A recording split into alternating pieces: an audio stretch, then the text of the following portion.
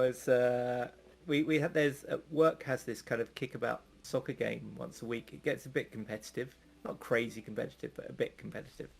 And I went along having done no sports in 2 years and just went 100%.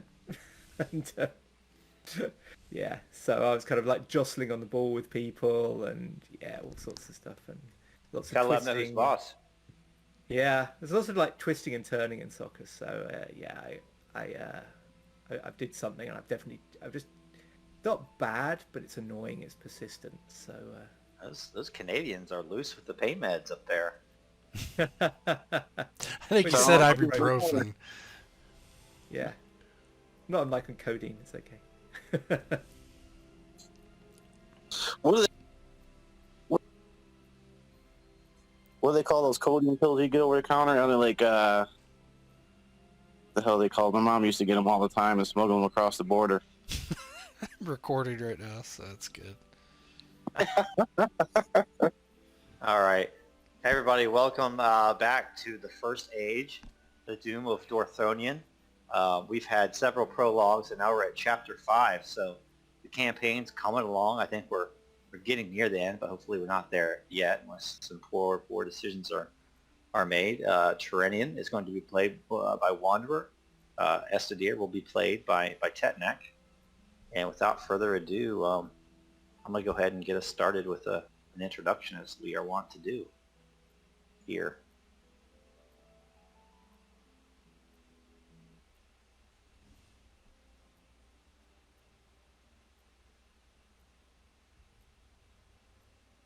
And this should pop up to you guys then. It'll pop up on your screen again. It was already up. I never closed it. Got it. Yep. And in those days, hope waned among the elves. The host of Morgoth was vast, and though the elves' years were long, their numbers were much fewer than their foe. And so, as we have seen, the kingdoms of the elves of Beleriand began to fall. Himring stood but a while, repelling the first onslaught of the Dagor Bragolak, but eventually it succumbed, and the sons of Feanor were forced from their strong places in the east. And the doom of Dorthonion had come to pass as well. No more were the sons of Finarfin, Engrod, and Egnor in Dorthonion. Their bodies lay smote and covered in ash upon Anfauglith, and the dwellers of that forested realm were slain, enslaved, or ushered forth as refugees into the wild. Even Tol Sirion was poised to fall soon, and how long before Barad Ithil or Nargothrond? Their days were numbered. And so the wrath of Fingolfin, High King of the Noldor, was kindled. Upon his strong steed, and bearing a blue shield set with crystal, and his bright sword Ringil, Fingolfin left his tower, and he sped across Anfauglith like a swift wind and eventually came to the gates of Angband. There, Fingolfin stood tall, calling out the Dark Lord Morgoth to single combat. It is said in those days that Morgoth knew fear, and that Fingolfin shone like a bright star at the Black Gate, and that the High King called Morgoth craven, and it was only at his chiding of his captains that Morgoth came forth. But he did come forth, and his coming was like subterranean thunder. Like a mountain of black steel, he towered over Fingolfin, and bore a mighty shield, sable and unadorned. And Grond, the hammer of the underworld, was in his right hand. And Fingolfin and Morgoth fought.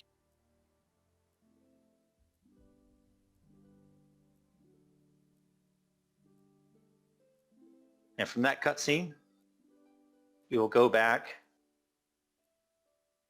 to the borders of the Forest of Brethil. Not long ago, Terenion and Estedir had led a company of refugees from Dorthonion, namely the land of Ladros in the northeast, a company of men, women, and children, out of that doomed land through dark and haunted forests, through frozen mountain passes, through a spider-infested wood, The two Noldor had crossed rivers. They have seen fantastical beings, the Ents, the Entwives. They have faced their own temptation to shy away from their duty, but with their duty they stood fast. And finally, at the bridge across the River Sirion, they delivered the refugees to Brethil. In the day that followed, they were welcomed into the forest, for the elves of Dorthonion had long been friends to what's called the House of Hador. The House of Hador is a group of men that lived in Brethil for many, many years. And from that group, great things in the coming years of Middle-earth will spring. But for now, all seems dark. We found now Terenion and Estedir taking a well-deserved rest in one of the longhouses of the men of Brethil. With them, eating bread hungrily and drinking ale, wine, and what cheese to be had is Leah and the refugees of Ladros.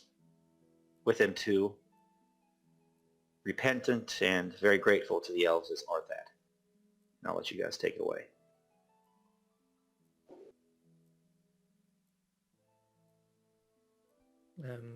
Terenion is a little subdued. He's pleased that they got the refugees to safety, obviously, but the elven bodies they saw in the river, no doubt having floated down from Tol Sirion, mean that to him, his hope is dimmed. He was counting on Tol Sirion, such a strong fortress and such a strategic position to hold, and the fact that it may be falling or about, it's either about to fall or it has fallen, is quite a blow to him. And now he's trying to think of what fortresses, what fastnesses he knows of. And his thought keeps coming again and again to a name that he's heard, but it's a place he's never been to, Gondolin. And it's preying on his mind. He keeps thinking that this is probably their only hope, somewhere that not just strong but hidden. But of course, the fact that it is hidden means he doesn't really know how to find it. So he's uneasy and deep in thought.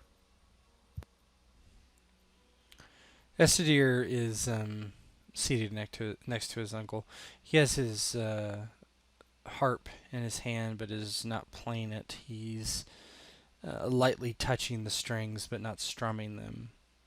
He thinks in his mind that no song would be appropriate, not one of grief and not one of glee.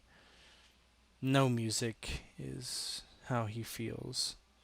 That when you sing a sad song, there's something in the future, perhaps to embolden you, lighten your heart, but not here, not this day.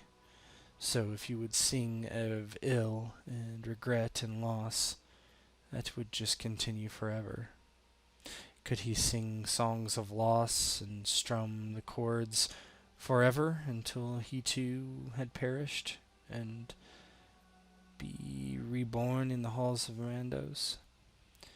He pushed the instrument aside, considering what he had done here, bringing these people here. He didn't know if it meant anything. He wondered if it was only a delay of the inevitable, when he could have and should have went to the east with the Ents, Treebeard and his Entwife.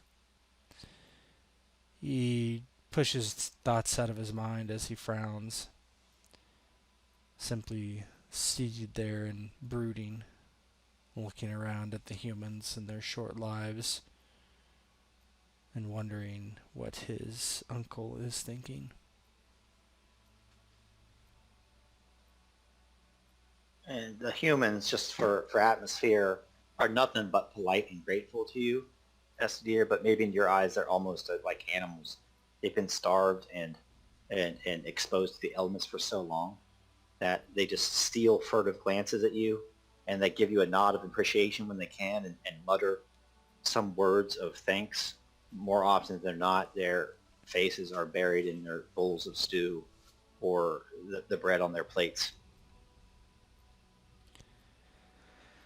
Yeah, he bears no ill will to men, but he doesn't know what their survival matters. They're only going to be alive a few more years anyway, if there are at that. Because he doesn't think this place is going to survive like all the other places. But perhaps if he would have went east, he would have survived. He would have helped make sure that the Treants survived. He begins to bear this grudge against maybe the people, maybe his uncle, for what he's lost, or he feels he's lost. All through his life, he's attached himself to causes or peoples, or certain people, and it has pained him greatly when he's had to separate himself from them. He's generally a very melancholy person, and that is perhaps why he is a great, or at least serviceable, poet and musician.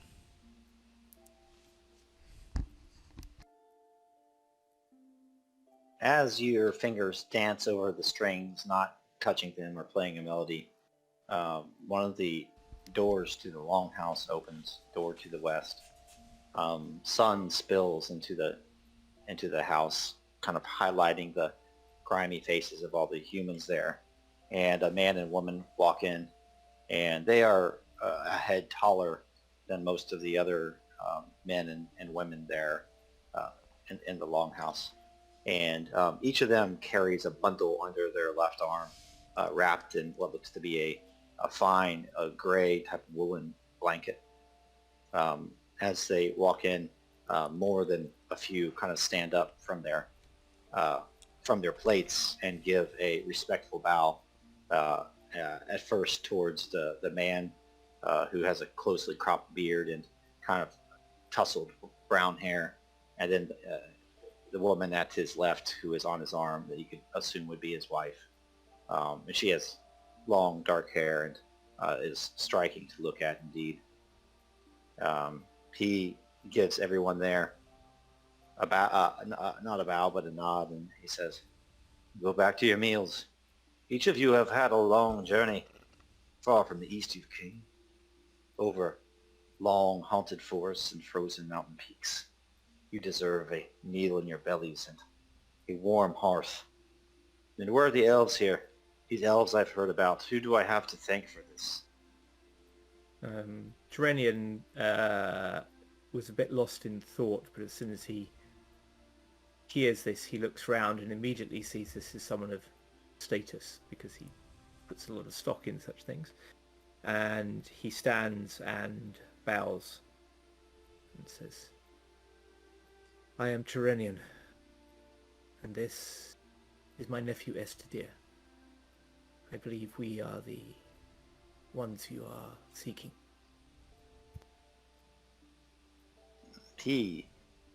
You bow, he actually kneels onto his left knee, and his wife at his left kind of does a curtsy and then kneels as well. "Nay, it is me, Haldir of House Hador, that owes you thanks. If the tales are true, it was a legendary journey indeed, although I wish it would not had to have happened as such. Is it true what they say? Dorthonion, Ledros, even Himring to the east, does it all lay in ruin?" Imring I have not seen, but I cannot imagine that it holds. A darkness has crept across Dorthonion, and the lands of my people are under the sway of the foe, our enemy. His hordes travel freely throughout those lands, and to the north of them, where once we had managed to encourage green, there is naught now but ash and fire. So I cannot imagine that Himring holds. No. Everywhere we have travelled, we have seen the servants of the enemy, or his friends. Great spiders, orcs, other fell beasts. But precious few friends or allies. These are dark times indeed. Much as these people have travelled far, I would counsel this. You who live so close to what is now what are now the lands of our enemy, should gather your people and begin a journey south. Can you make me a fairly easy lore check, like 14? Okay. Let me just check lore, because I think I have some bonuses on that.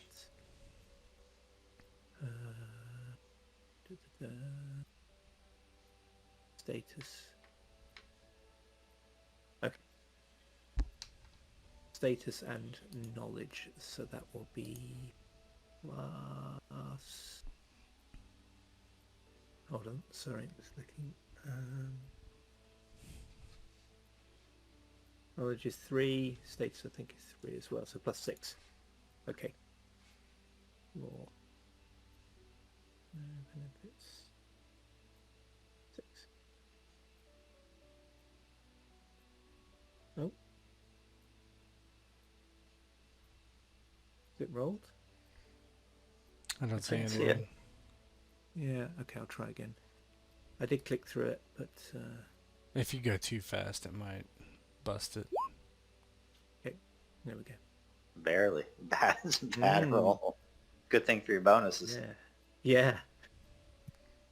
So the one thing you do know about this area is Brethil is very adjacent to Doriath, which is the kingdom of King Thingol, who is not a Noldor, one of the Sylvan elves.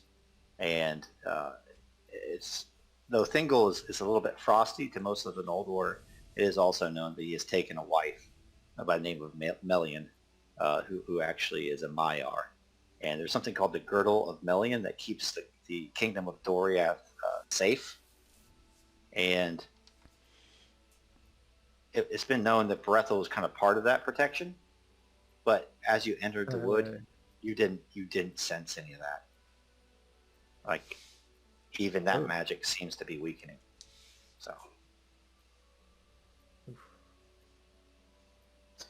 So in that case, Terenion will say to him, I know that you are under the protection of great magic. And in times such as these, even the greatest magic may weaken. Our foe is strong and he is on the move. Gloridhel then kind of stands, turns to her right. She brushes her hair back from her eyes with her right hair and says to Haldir, "Then it is as we have feared." She turns to Terenion. "There are no small numbers of high places in Brethil, and from the tops of high hills and short, small mountains, the sky is aglow, red in the north. It seems that I can confirm all you have said has come to pass, and I fear that this rampaging hate will find its way down to Syria. My husband, we should prepare for the worst and abandon our elvish friends. I dare say not." We only survive at their behest. If it were not for their protection, we would perish long ago. Food for the hounds of the enemy, filled with orc arrows, and playthings for the foul things of Beleriand. I shall not abandon this fort. Nay. He looks very stern, and then looks to Terenion and Estedir. Here, take these. We found them among the bodies flowing down the waters of Sirion. You may put them to better use than we, for they seem of elvish make. And Glorid Hell hands you a package, Estedir, and Haldir gives something to Terenion. And you can uncover the packages if you would like. Yeah, so Terenion will nod to them and say, Haldir, show me your package. He'll nod, he'll sort of incline his head and say, thank you. And I am glad to rescue something of my people from the waters, but saddened that such things are floating down the river as debris. And then he unwraps it very carefully. There you go. That's what that looks like. Ooh. So it looks a little different than the picture. Like where you see the wings coming up in the picture, it's just like kind of a golden polished helm, not obviously gold, but maybe gilded or something. Obviously a very fine elvish make. You don't know where it was necessarily made, but you recognize it. This was on one, I'll let you name him if you want, give him history. One of the like really glorious and famous captains along the siege lines of Angband. In those like 400 years, you kind of manned the walls there at Angband. And where those wings are, there's actually two trees. One of them is silver and one of them is gold, and they kind of spiral up the temples of the helm and meet in a crest. You know that this elf used to call this helm Laurelin, kind of named after one of the trees in Valinor. And it has those qualities as well. Yeah, helm Laurelin. Cool, thank you. Terenion unwraps it, and he sighs deeply, and he closes his eyes for a moment and says, "Thank you for rescuing this. I have seen this before in better times. It saddens me that its owner no longer wears it. He was one of great honor and renown, and I will wear it in his honor." And he kind of holds the helm to kind of examine it, and keeps an eye on what Estedir is unwrapping. Estedir only gives it a cursory look, pushes his harp away and takes one finger and unwraps whatever it is. It doesn't look all that interested, honestly, but he has said nothing to these people since they've come over, but he will take a look. And as you uncover the gray wool, you see this finely crafted recurved bow. It's not strung, obviously, but it has elvish runes up and down its length, kind of written gold. And as the firelight plays across these runes, they tend to shimmer and cast off little kind of prisms of light. It's unstrung, so you can still use your Galadriel's hair on it. But it kind of along the length of it, you can read the runes. It says Saranwe, which means eagle song, and that's the those are the properties of the weapon. It's a very special weapon. Yeah, and if you have a story that would be behind it, it lets you do that for role building if you want. Or not? I would think that Estedir probably doesn't know much about it. He doesn't have very high lore. Yeah. He just looks at it and reads the runes. And, uncle, it is an ancient bow, it appears.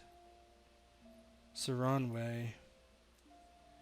He looks at his own bow and kind of measures the two. This new bow is longer. Yeah, he puts it in his hand and grips the center, kind of feeling how it feels. It's lighter. Well, let's give it a whirl, I suppose. And he'll unstring his bow and restring it with the golden hair. And as he does, he gives it kind of a cursory pull back on the string and nods. Perhaps I will need to use this. Ow! Yeah. I didn't say put an arrow to it. And he just kind of pulls it back a few times, and he doesn't. He's so morose right now. He doesn't like say thank you even. He just nods and sits it at the table next to him. Terenion nods again to Haldir and says, "Thank you. This is another noble gift. Nephew, you hold there a storied bow. It is said that those struck by its arrows will stand as if stricken. There's an enchantment upon it." Well, I'm sure we will have use of it to come, undoubtedly. "I doubt not." And he says to Haldir, "Thank you again, these are noble gifts. I hope you will take no offence in my counsel to you and your wife. I wished merely to see your people safe. I did not doubt your courage, nor your steadfastness in standing by your friends." The counsel of the Noldor is not heeded only by fools. And we'll take it under consideration. Terenion. But also there are many of my kin who would rather die dead and stricken than run. I must also weigh the feelings of their hearts. Heavy is the head who leads this realm of men. I am blessed only that I have Blorethil by my side. She is much wiser than I. And she laughs. I say what I will, Hador, but more often than not, your own counsel you will keep. And now we find ourselves here, hemmed in the forest of Brethil. Maybe I should have listened to you long ago, my dear. Then he turns again to Estedir and Terenion. From what I know of the Noldor, you are never in one place long. And though we would welcome you to stay under our roofs if you wish, for as long as you wish, I think it most likely that you will be gone again. Is there any other aid we could offer, or any counsel we could offer you? We do know this river well and its ways. Estedir points to Terenion. If you have a healer, I believe my uncle is still wounded. "Yeah, I still am. I've still got that wolf bite." Mm-hmm. Oh, you do? I don't. Has it Yeah. even been treated? I don't know. I think it was like it was because It was treated once, yeah. Alright. because Leah, like you helped her get the herbs and stuff, and she did treat you. And it was successful, right? Because Yeah. Yep. yeah, okay. I remember that part did not go poorly. So yes. Yeah, so you have to get it treated one more time to remove the rest of it. Plus, you have strength and dex you have to treat, I think.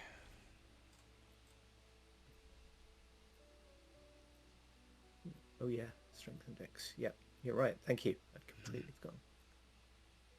Yeah, so yeah, it's probably been fairly obvious that Terenion's movements are a little stiff. And when a healer is mentioned, he nods and says, "The attention of a healer would be most gratefully appreciated. A beast of Morgoth nearly, a great wolf, nearly ended my life. As we, it was in Ladros, wasn't it, actually? Mm-hmm. Yeah, as we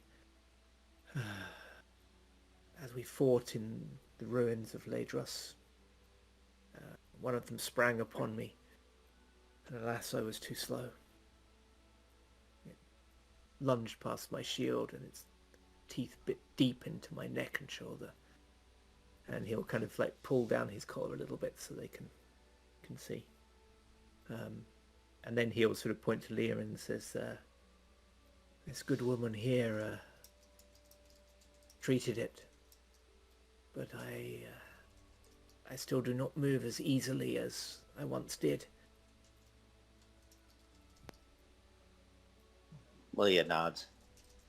I did the best I can, Noldor, friend. But now you are in Brethil. House of Hador has no small skill in healing. Haldir nods. Indeed. My wife here will make a poultice that will mend you quickly. Although what I know of elves, you'll do most of that on your own. And Terenion again inclines his head in thanks to Haldir and to his queen. He says, "Thank you. Once again, you have shown yourself to be most noble hosts. You have my thanks." Very well. I will leave you to rest. There are great numbers of refugees to attend to. Some of them sick or injured. They are in need of aid, and I shall be at their side. Lord Hill, feel free to show them to our quarters. They deserve only the best. Clean linen, boil some water, work your magic on them, my dear. And she nods as Haldir leaves, and we can do the checks if you would like. Yeah, so this is the second time it's treated, so there's going to be a penalty. I think it's a hardship. Let me look. Did I tick the treated box? Yeah, for the last time.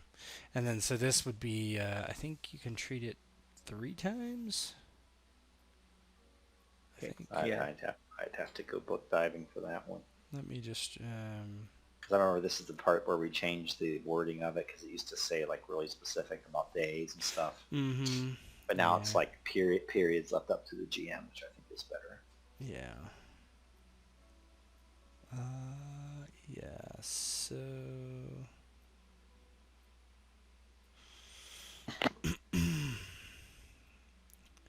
yeah, so hardship to the roll for her. And she's got to beat a whatever it is, 31. Okay. Leah's going to help. So I'm going to say there's a benefit. Yeah, let's roll it up here. Mental. I based her off of Barahir's wife's that you never got to see, so she's a pretty good healer. So she'll take a hardship on the healing and So one hardship, one benefit. All right, let's see here. You were going to say Barry, his wife, that we failed to save and got killed. yeah.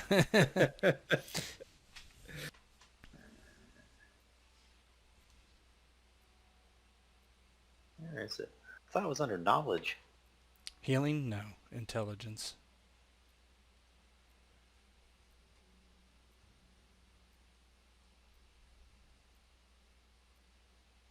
It's under int.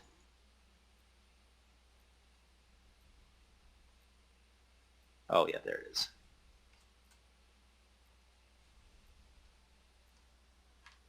So 1 benefit. Additional mods, none. Hardship 1. Boom, 45. Pretty good. Got 1 explosion. So that's healed. It at least heals 1 of the attribute scores. I think it's going to get both of them, but let's see.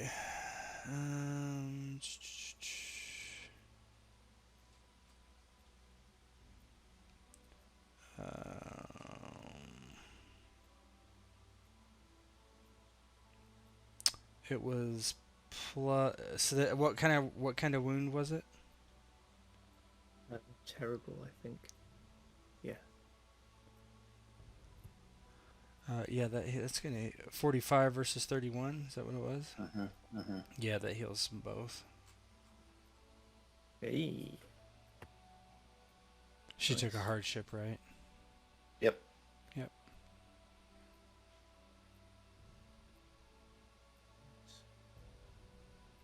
Houses of Healing. Wow. Yeah. 17's Um, nice. So. You have your int draft too. Although you don't know what it does yet. Yeah, so you have on your stat modifiers wand, you have -2, -1 in both. Yeah, just clear them. Yep. Yeah, I've just cleared that. Yep. Cool. Cool. Thank you. So just explain to me like what it looks like over the next couple days. What she heals up. You just kind of heal up for a day or two, maybe. It'll probably take at least that long. So yeah, they're treating him with poultices, and he's very courteous if distant and preoccupied. And he does start to notice it moving more easily. And from the second day onwards, he starts a little kind of sword practice. No doubt there's a few of the kids that live around here. They're kind of like watching him from a distance as he practices, because the Noldor style of fighting is a little different to human. And he does find that very quickly his strength returns and his grace of movement. And by the time the treatment, as it were, is finished, he's fully restored, and he's actually a little surprised, but not completely. And he does his best to hide it because he doesn't wish to be impolite. So he's effusively thankful to them. And pretty much as soon as he's healed, he has been. If there are any libraries here, any scholars, he will start. He'll be talking to them and seeing if they have any works on the great Elven fortresses, and he's basically, he doesn't want to say it out loud, but he's looking for anything that might lead him to Gondolin.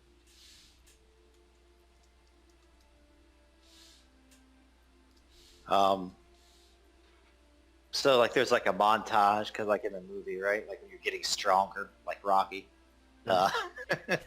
He finishes by running up the steps. Yeah. Yeah. Sweatpants. Terenion's in the sick house to begin with, and then Lord Hell brings him like some broth or whatever.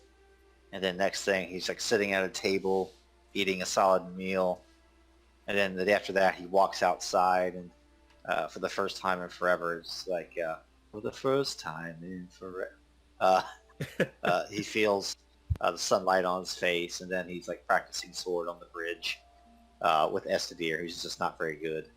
But nevertheless, Estedir, maybe like on day one, Estedir gets the better of Terenion, and then on like in a couple days after Terenion's stronger, he just easily handles Estedir in like a sparring match. And all the while, Glordhel and Haldir and Arthad are kind of looking on.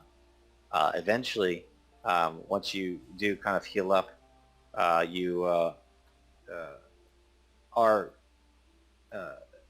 introduced to a very old gentleman. They introduce him. They call his name is Bildrum. Bildrum of many books, he is called, and he's one of the only one that has some manner of writing in this village, and he doesn't have much at all. And what he has written down are basically nursery rhymes, but he has much more of that stored away inside his old skull. So I'll let you have a little scene with him if you'd like. Yeah. Here's Bildrum, recycled from the refugees tokens. I was about to say I thought I'd seen him somewhere before. So yes, Terenion will go to see him and say, I seek Bildrum. They say that you are the keeper of lore, but you have many books, Bildrum.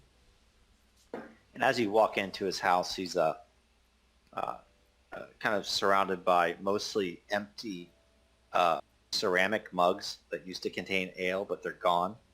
And on his left side is just like a bucket just filled with urine. And he's scribbling away at parchment, and he has his back turned to you. Like, who are you to barge in here? Who you speak so fairly? You consider yourself some sort of elf? Go away, child!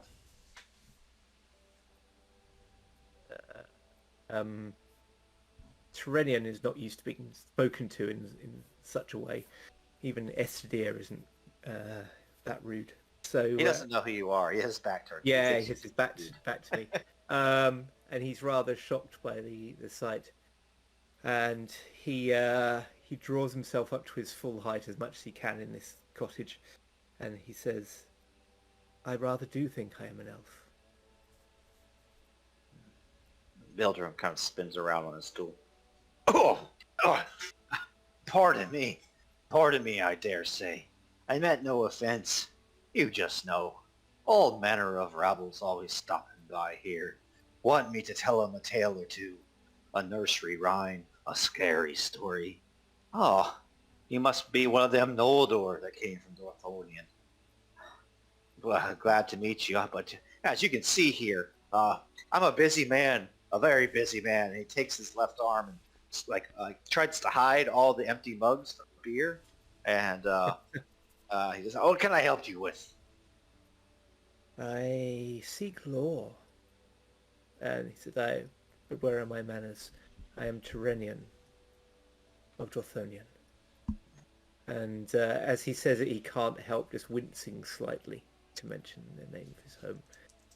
So I seek knowledge of elven fastnesses, perhaps ones that are less well known than Kimring or Sirion. I seek to rejoin my people. Oh, well met then. Well met, Terenion. Oh, you served up in those fine woods under the brothers, was it?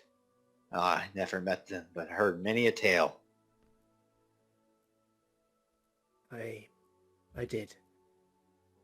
They were great generals, and I was privileged to serve under them. Bildrum looks like he's about ready to speak, but he thinks more wisely of it.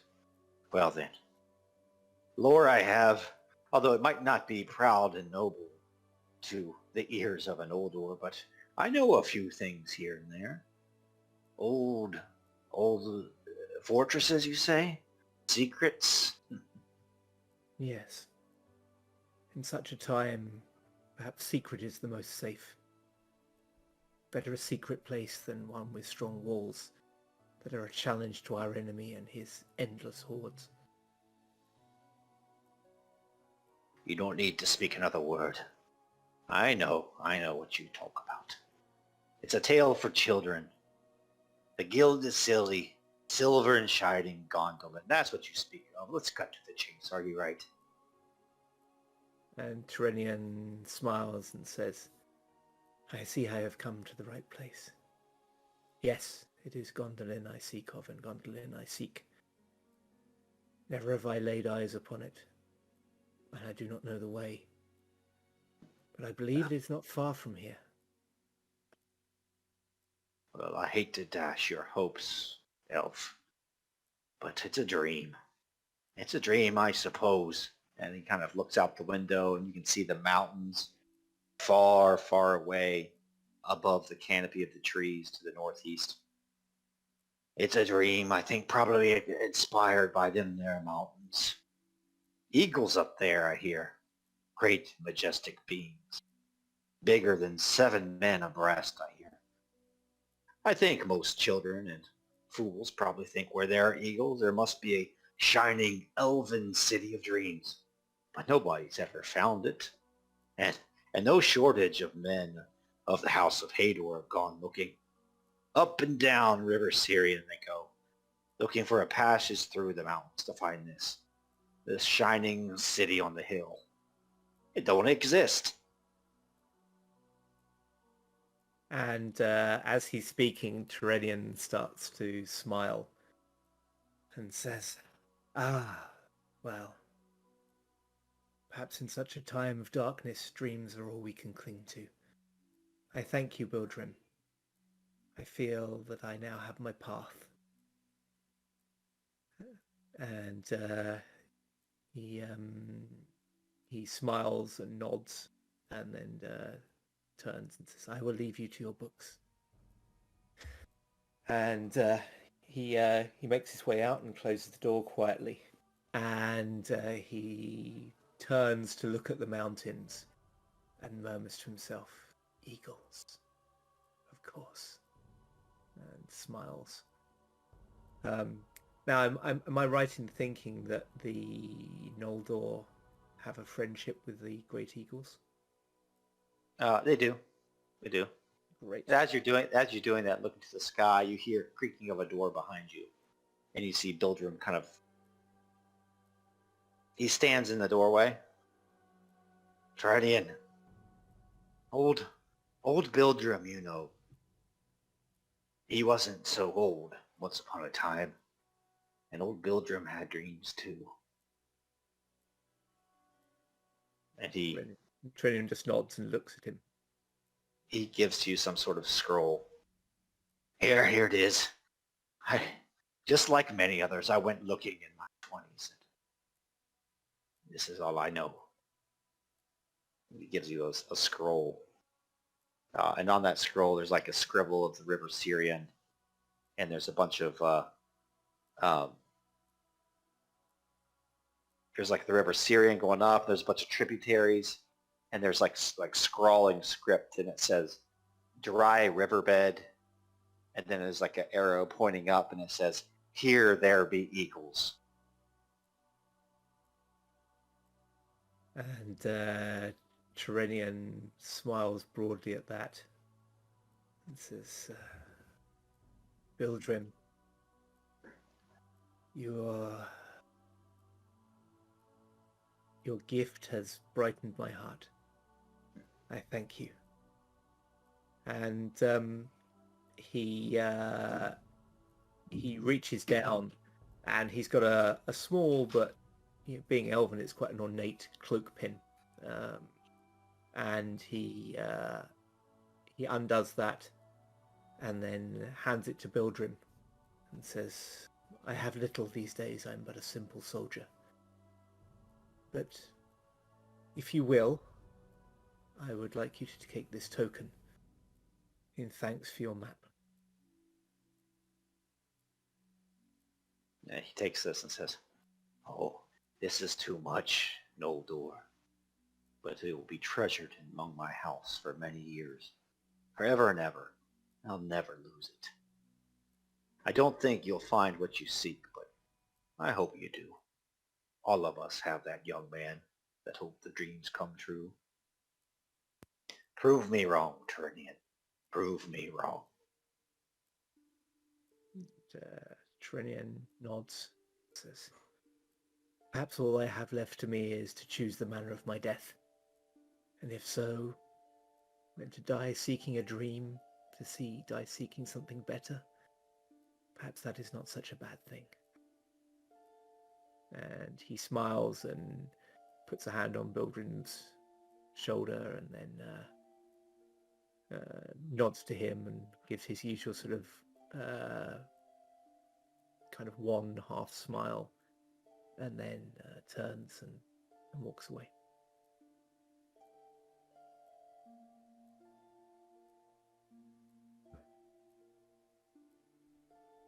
Bildrim goes back inside and he has a smile on his face. This elf. He may make it into the tales yet. And we'll say that 3 ages from now, that pin cloak resides with one of the houses of the noble soldiers of Dol Amroth in Gondor. Third age. So that was third age, baby. Nice. So that would be very cool. Because the House of Hador has some very famous people come out of it. All right. Cool. And so there comes a brisk day. The winter has come. It's reached its height. It's starting not to become spring, but you get that first whiffs of the spring where every once in a while you'll get a warm day where the clouds clear and the sun beams down brightly on the River Sirion, and some of the birds are returning. And Terenion and Estedir are set to leave again, I would assume. Yeah, and Terenion would have quietly let Estedir in on his plan, which is that that although many humans try and make their way into these mountains, the eagles soar above them and see everything.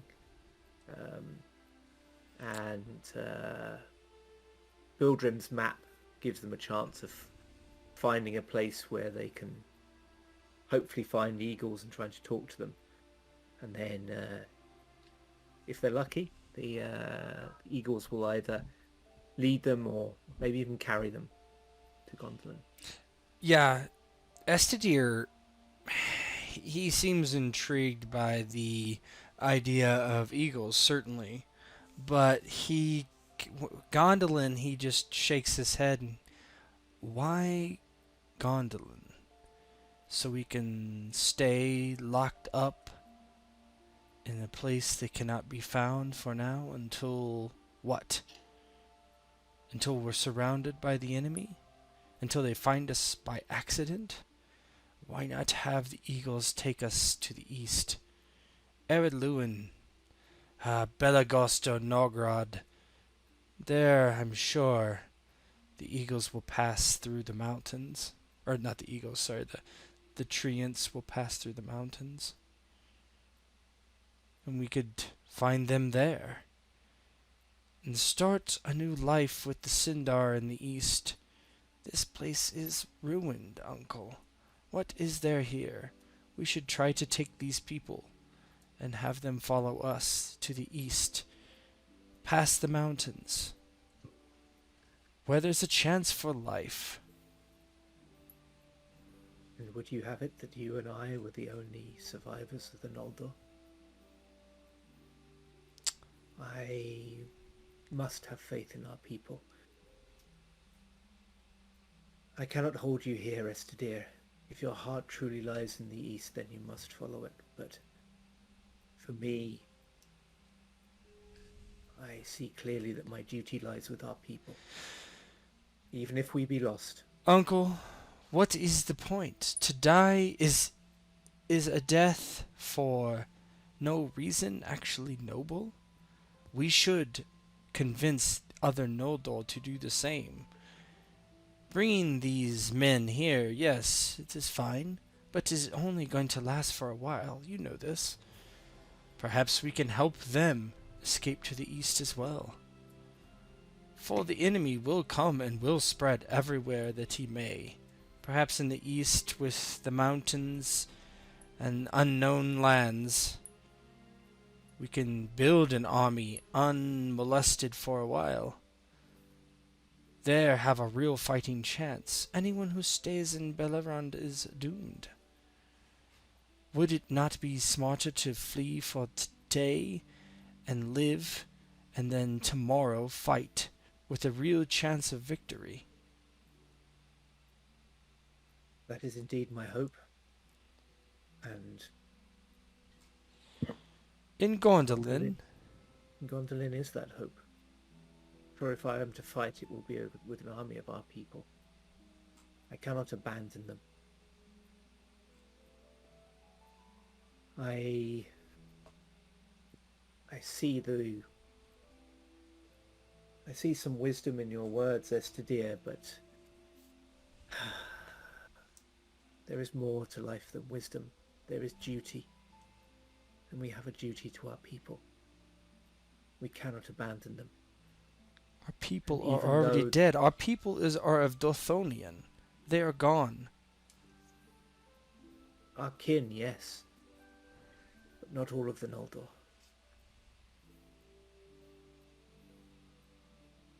And while hope remains, while a single fastness remains to our people, that is where you will find me.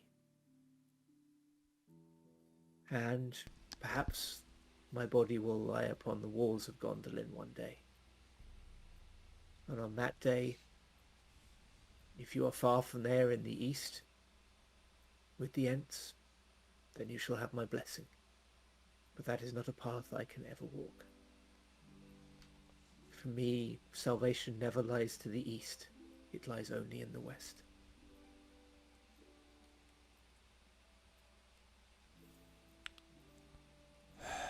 Even if the Noldor and other Noldor went east as well. Well, perhaps if our people were to move to the east, well, I would travel with them. But I cannot abandon my duty and travel and go into the east without them.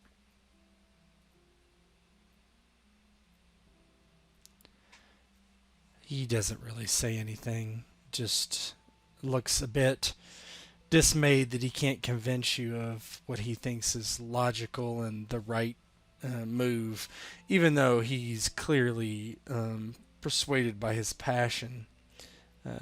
Who knows if there's actual logic behind it, if it would even work, right? He doesn't know. Yeah, I don't think Terenion really believes it could work, that they could build an army out of nothing. Certainly not one that could withstand the orcs. You know, they're going to train soldiers in Gondolin. So, yeah, you do get the feeling perhaps that Terenion is looking for a place to kind of meet his end, basically, which probably is quite frustrating for Estedir.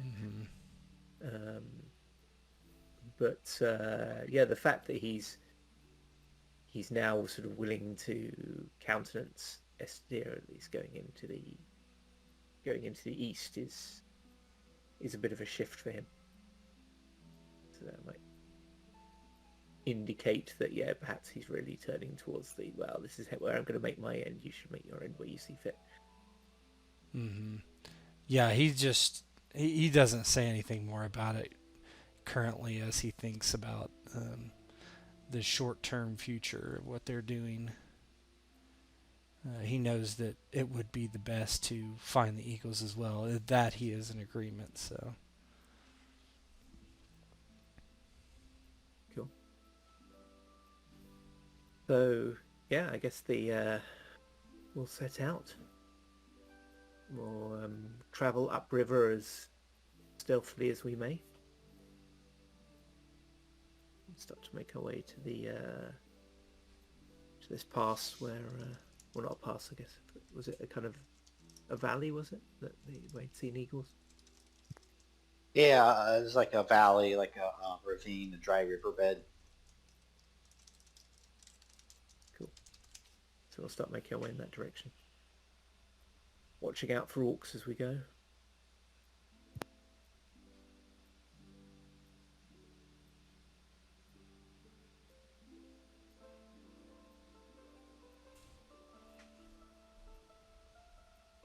And you guys are supplied with, I don't know what elves, they might not eat like salted meat and stuff that they would be supplied with, but whatever elf would be supplied with that could come from the bakery or the ovens of men, you are supplied with. And you can tell me what it looks like as you guys set off north along the River Sirion, with Hador and Glorhel kind of bidding you adieu as you set off northward along the river. I'll let you kind of give me a little role play there, and I'll switch your slide. Yeah, so Terenion will repeat his thanks for their courtesy and their aid, and he will wish them well, and he says, if any grace yet remains to me, may your house remain safe through these times, and may your line be long and glorious. And he bows before the Queen and says, I am most grateful for your skill in healing. Your hands have soothed this most grievous hurt. And now I am able to go and face what awaits me at my full strength. I fear our paths will not cross again, but your kindness and your skill will remain in my thoughts. Thank you both. He bows again. Glorhel says to you, though I hope I do not go to my grave soon. When I do so, I will take your words with me, Terenion. Fairer words have not often been spoken by an elf to one of the race of men. I did little to earn your favor, and your people have guarded us low these many years. Thank you, Terenion. To you and your nephew, we wish you speedy and journey. I would wish you safety as well, though I know that would be a dream. In times such as this, perhaps dreams are all the more important to cling to. And he smiles and wheels his... Has he still got his horse? I don't think he has he? Yeah. And Yeah, I suppose you still have your horse. Okay. Yeah, so he'll wheel his horse and start heading north. And when he gets to a point which is the furthest that he would be visible from, he'll turn and raise his hand in gesture of parting. The last thing you see is Haldir kind of on the bridge, waving goodbye.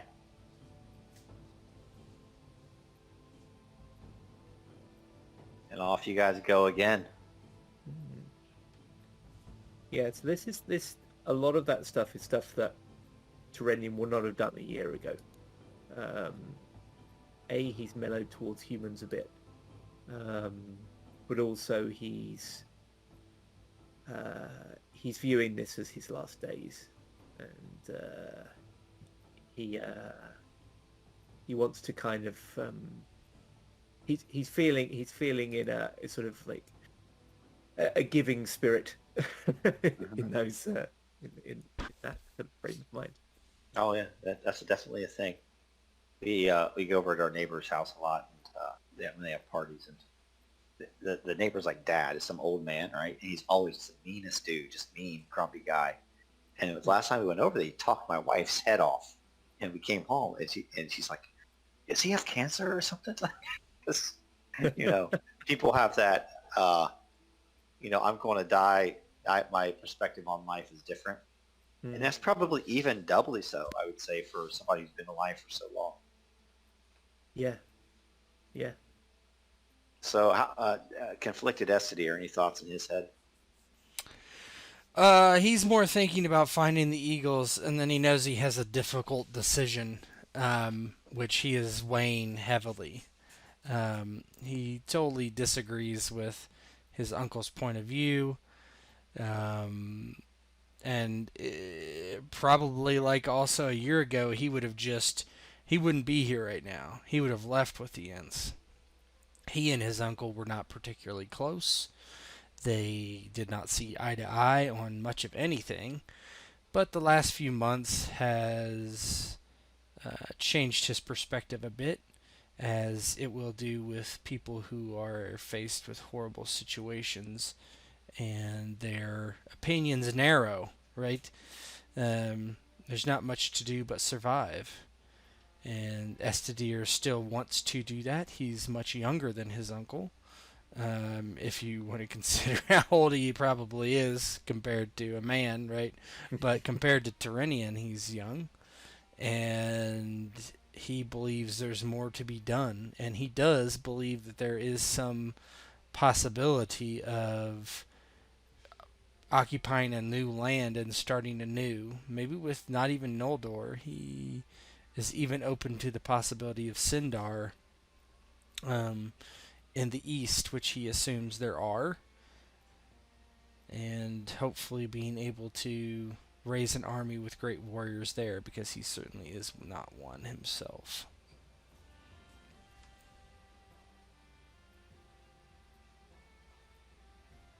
So, you guys might have a little back and forth with all that stuff as you kind of make your way along the river.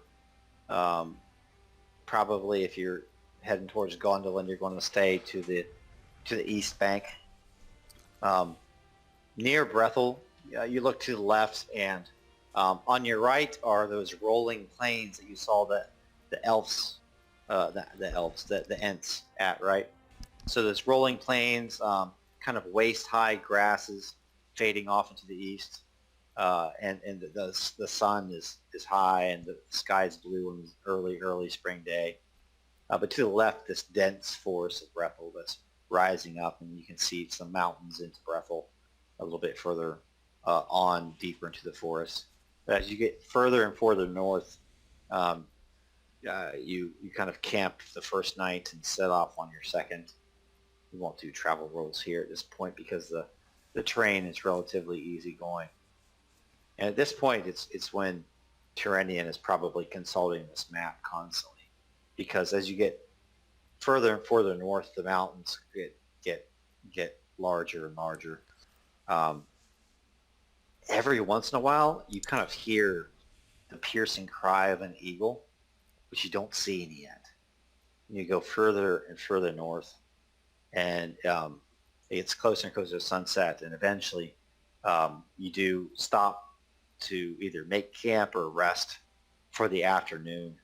And you go over a bluff, and as you come down into it, you find yourself in a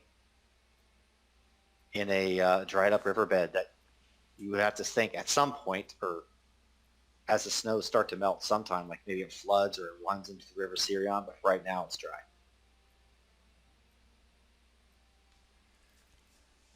And Terenion will kind of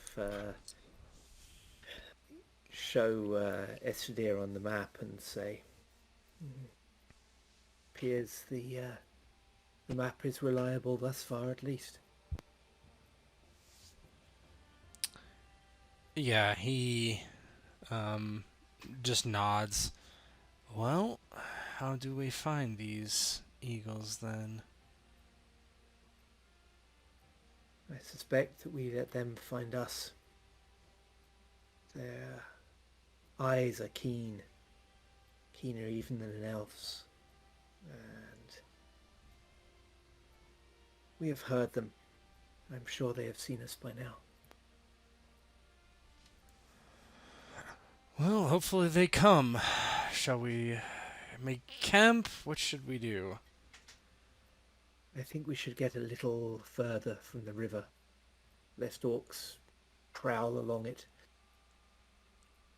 and then make camp. Very well. And then, well, as we're, once we finish making camp, Terenion will go out into a high spot if he can, but certainly somewhere clear, and he will kind of call out, kind of upwards and to the east.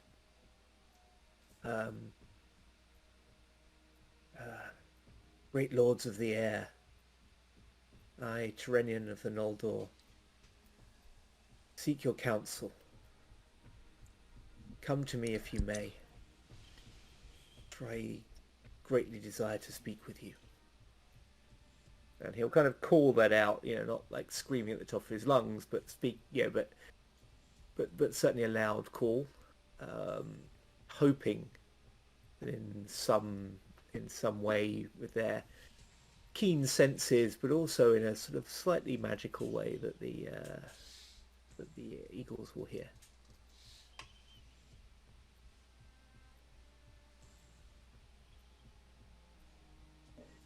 As you do that, you listen intently and faintly,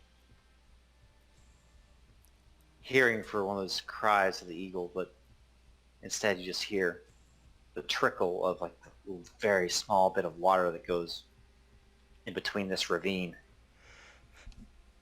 And instead, eventually you hear something much worse.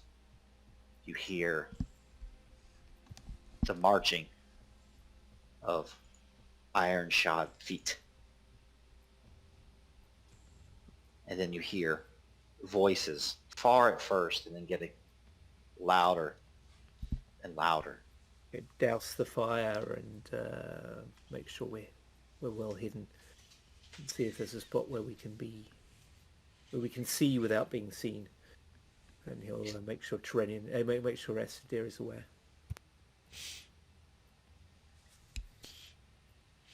Here, coming closer and closer. You snuff out the fire. Smoke goes up. That kind of drifts up from the trees. You hear voices. Now there, lads. This sun ain't so bad, and it's going down anyways. And its days are numbered. The boss assures us that this will soon be ours. All of it. What do we want with this land anyway, Rockgut? I can't eat no rocks, and the sun burns my eyes. Yeah, shut it. You're a scout of sorrow, born and bred to operate here under the evil bright face. I don't want to hear no more of you, or I'll put you on a spit. Do you hear? Yeah, I heard. Good. Because when all's said and done, there won't be no more sun, no more bright face, and the land will be covered in dark and ash. And what was in the hands of elves and men, well then it will be in our hands. Oh, the feasting, the sweet meats, the drink, the blood, the blood. Oh, now let's get back to work. Few more marches, boys. The boss says there's a way through these mountains. Some sort of elf bleeding stronghold. We find it, we report back. Got me, you hear? Let me switch your... I've been talking to myself. An orc. switch your thing. And so, through the trees, you can see at first just the faint glimmer of these a low, bent-back, swarthy creatures kind of sniffing their way up along the creek. They're not paying any heed. They don't expect to meet any resistance just yet. And they're getting closer and closer to you guys. Okay. So Terenion will kind of creep round in front of Estedir. We hide behind this rock here. and draw his sword. It's daylight, so it shouldn't show. The glow won't show from behind here. Yeah, it's probably And- in the spring, it's probably like 6, so it's pretty bright out still. Cool. And he'll wait for the right time. Estedir will, he immediately has an arrow out, knocked against the string made of Galadriel's hair with his new bow. And I'll shoot the first one that comes forward when they're technically in long range. Mm-hmm. So they get closer and closer. There's 3 of them. I mean, the creek is just like, ankle deep. It's nothing. So it's not an impediment. So they get kind of walk up and down this creek, just sloshing. You can hear their boots just marching. And they get closer and closer, and they start to sniff the air. Give me a stealth check. I'll let whoever's the best just make the check. We're going to base off that. One thing before we get into this, did I manage to find another shield? Was I given? Yes, I think yes. I was given one, wasn't I? Yeah, after Ladros. Yeah, after Ladros. I have stealth 2. I don't know about Terenion. What do I have on stealth?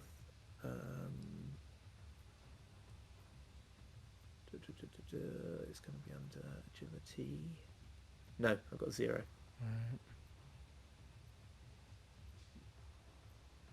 Give me a roll. Not a very good one. It's under physical. What? Stealth? So, yeah, stealth. Yeah. There you go. Now, these guys don't take any... 210. It didn't explode either. No, they must have been Probably. made before the... So you just Yeah. rolled 2d10 if it matters. What are they rolling It- stealth for? Oh, they shouldn't do stealth. Never mind. Perception. Yeah, That senses, would be, mental.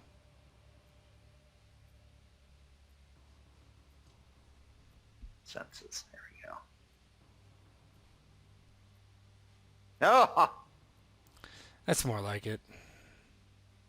Yeah, they don't see you guys. They keep blundering closer and closer. You want me to let them get even closer to you guys, or you want to?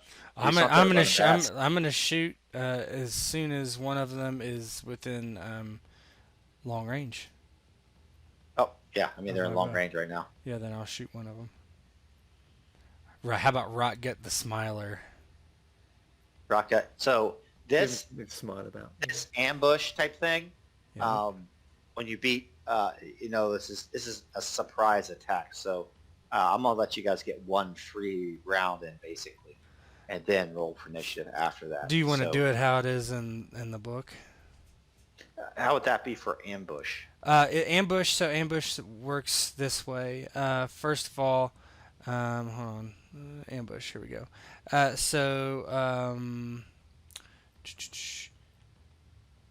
It adds 1 AP to the defenders if they fail to spot us. So they would get 1 AP and they take 1 hardship on their initiative rolls. So basically we would go first immediately because they would start with 1 AP. We will start with 0 AP and then they take a hardship on their init. So we go first. So would it be a wash if you guys just went first and then we roll initiative? Yeah. If you do it out of combat, yes. Just do that. Okay, that's fine too. All right. Make it easy for us. All right, so tell me what this looks like. Yeah, he's just waiting until they're in ideal Who do you range want- for who- him. Which one do you want to shoot? Rotgut the Smiler. Okay. Let me see. I wonder if I... Yeah. 28. Yep, target on him. Benefit would be 0. I think. Yeah, I think. Yeah. Sorry. Combat. Bow. I'd say let's just do like eyeball type stuff. So probably medium range. I want it to be at long range. That's the thing. Long. I want it to be at long, so it is at medium for me, and they have a harder time reaching me. That's the ideal. Okay. Right. Let's do it like so. Like, let me move them back a little bit, so like Okay. they're just emerging from the trees, right? Mhm, that's fine. So they're just coming out of the trees. So yeah. So long range. Okay. So that is actually only that. So that's a hit. Yep. These guys are all minions. Yeah. Kill 'em. So basically, just to kind of Did you put your new bow stuff in? I did not on that, no. But what it would be 10 other damage and 2 piercing. Basically, what happens, there was a little update to this. Basically, your old damage, like the 4 piercing, gets converted into other, but at half. So basically, I have 12 other damage on my bow now. And then So what you then stun 1. Yeah, it's like when it hits. He's like the leader, so he just like goes down. Yeah, when it hits him, it cuts through him like hot butter. It's nothing Estedir's really ever seen before. It's not that it's like a laser or anything, but it is so much of a penetrating shot that it's actually not penetrating anymore, right? It just goes through him like he wasn't even there. It's like a through and through, just explodes out his back. There's like Milgut the Bloodhound behind him just gets splattered with gore.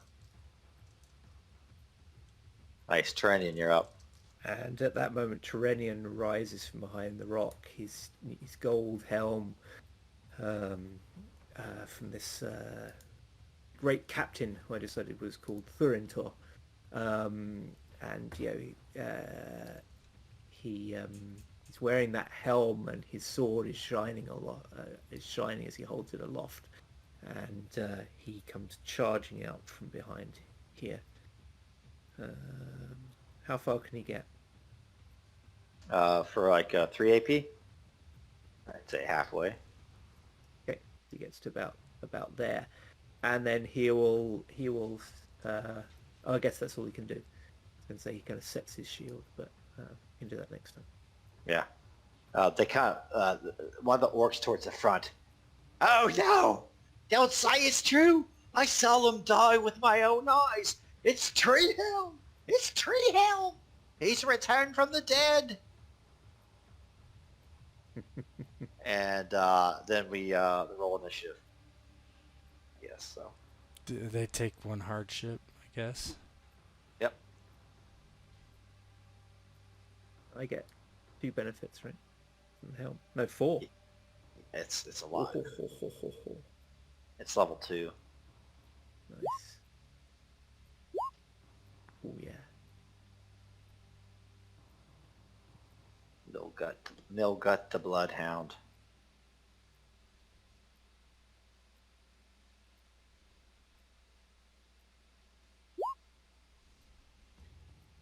Rimpug Toad Eater. Oh, I needed to do a benefit for mine. Let's see if it matters. 8. Oh, I can't tell. Never mind. Whatever. Blitzkirk.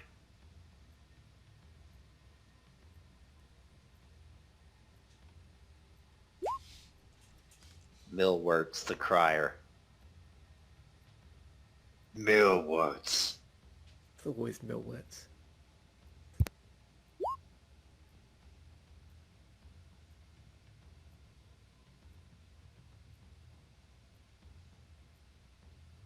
Oh, Millwarts isn't all that bad. All right, Terenion, you're up. Okay. 65. Holy smokes. So Terenion realizes he won't be able to cross this distance before they all to reach him. So what he's going to do is he figures he can. Estedir will have no trouble killing them. So what he has to do is kind of attract their attention. So what he'll do is go full defensive. He'll plant his shield and put his shoulder in behind it. Let me just do this. Let me get you guys into. Is that cool with you guys? Cool. Let's make it a little Yep. easier. You can make me smaller for sure. Shrink me, daddy. The ensmallening. And what he'll be doing is he'll be calling out to them that the spirit of Tree Helm will see them all dead. Yes, Tree Helm. I just thought of that name. That's a cool name. Tree Helm. Should be Estedir since he wants to go with the Ents. He's Tree Heart. Right. He has to follow his heart. Okay, what do you want to do? Move. No, you So said no, full I'm- defense. Full defense. Full defense is at 3. 5. 5 AP. Yep.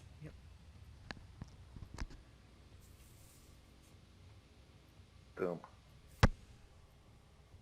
And Millwort's the Crier, I suppose, would be next. Millworts. These guys do have bows, but they weren't at the ready. Is it 1 AP to get your bow ready? 2, usually. 2. Okay. Well, he's just going to get his bow ready, and he's going to 2, 4. He's going to get his bow ready and move to here for 2 AP, so he has 5, and that puts him in some cover, like a light cover situation behind that grass. Mm-hmm. So that's Millworts. So that would put him right at, so 1, 2, so 4.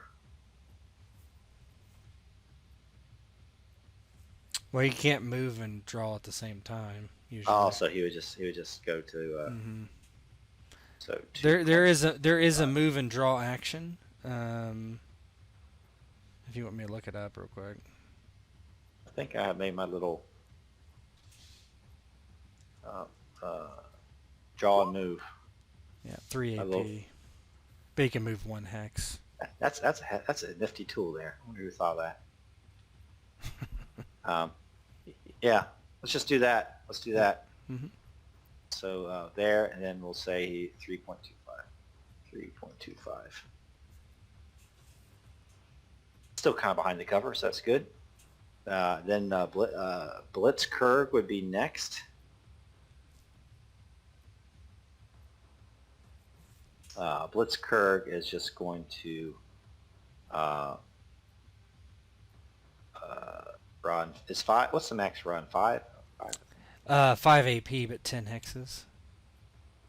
Yeah, 10 hexes. So 1.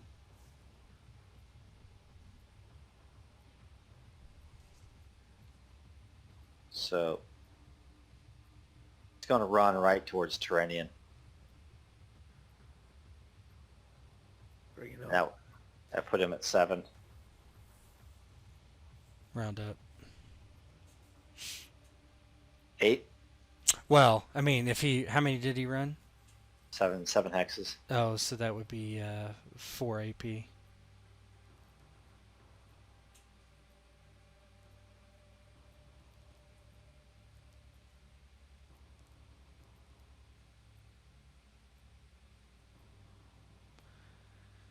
And he's running. Yep. Estedir. Slurm, nice. He's gonna take the easiest shot. He's gonna shot at Rimpug Toad Eater. And there's 13 hexes. Is that gonna be? Let me see what that is for me. 13. That is long. So okay, perfect. So I'm gonna shoot that guy. I'm not gonna bother aiming. So I think if I hit him, he's dead. Additional mods 4. Hardships none. Medium range because I have sniper. Hit. If he's a minion, he's definitely dead. Yep. Tell me what that looks Yeah, like. he's kind of impressed by this bow, just how it strikes so true, and he quickly has another arrow and he shoots, and Rimpug tries to move, and he kind of turns his body to the left and it just goes right through his arm and into his chest, and he just immediately falls over, bleeding out quickly. And I'll let you do the AP. Is that 3? Yep, just 3. Boom. Added 3 to the Terenion. Crap. I need to do one of my. Let me see if I think I might have added it when I subtracted. No. Oh, I keep meaning to do a minus on the tracker little app. But it'll be 5.6. 5.65. 3.21. Estedir. That's 3. Boom. Rumpug Toad Eater, gone, right? Mm-hmm. Middle gut with the Bloodhound. What's he gonna do? Yeah, he's gonna move and draw his bow. So he gets to move. How many get to move for that? 1 hex. 1 hex. Mm-hmm. Weak. Oh, so he's the only one with half a mind that he like stays within this tree, right?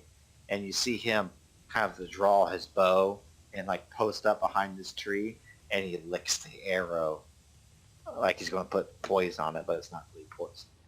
This arrow strikes true. I'm going to take one of those elves to hell with me. That's Milgut. Milgut. Slurm. Slurm's going to run towards you. Actually, let's do this. Offensive action. He needs to pull out. Yeah, he has to pull out his axe. He's going to pull out his axe and move 1 hex to there. Mm-hmm. So that's 3. You guys really caught them with their pants down. Ambush. And now I can do descending.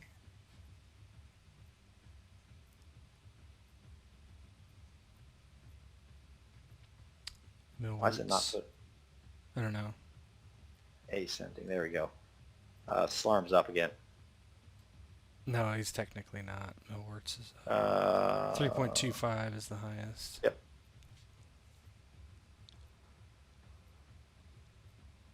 Millwarts. He drew last round and moved. Let's see. 14 hexes. It's probably long if he's got a short bow and it's 6. Then Short it's bow. Then it's extreme. Range is 6. Yeah, it's extreme then. So that's extreme. Mm-hmm. Oh, he's going to take a shot. Why not?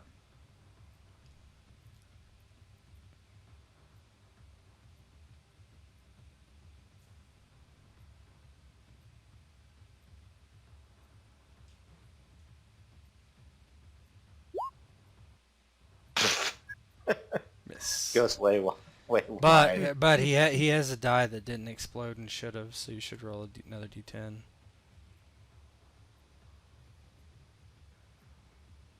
See if it gets. Oh! Roll another d10. If he gets a 4, it hits.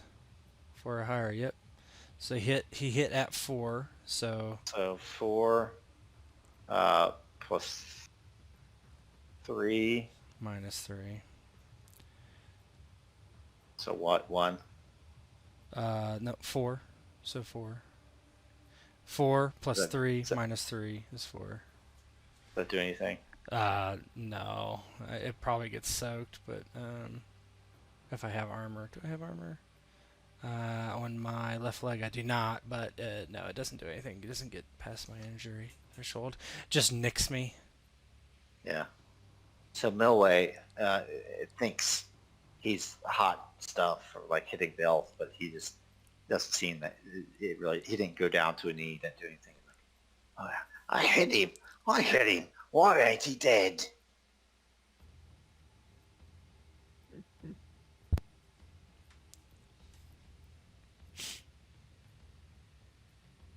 so you'd be up, Estedir. Yes, it would. Okay. I will return fire. Let's see. I'm actually going Be to. long. Yeah. Be long for you, right? Yeah, it would be long. Which is fine. That's good for me. Yeah, that's fine. That's all I'm gonna do. I'm just gonna shoot. Not gonna aim. Just gonna shoot. Target benefit, no. For hardships, no. Medium. That's a hit. Dead. Yep. Nice. Yeah, right through the chest. Just another shot that just goes flying. Yeah, because I do 12 damage now. It just like zips right through him. It seems like the arrows are moving so fast. He's like surprised how fast the arrows are coming off his bow. Florm's turn. He has his axe out at this point. So he's going to run straight towards Estedir.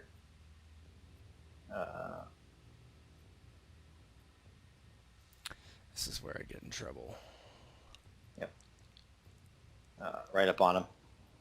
That would be 4 AP.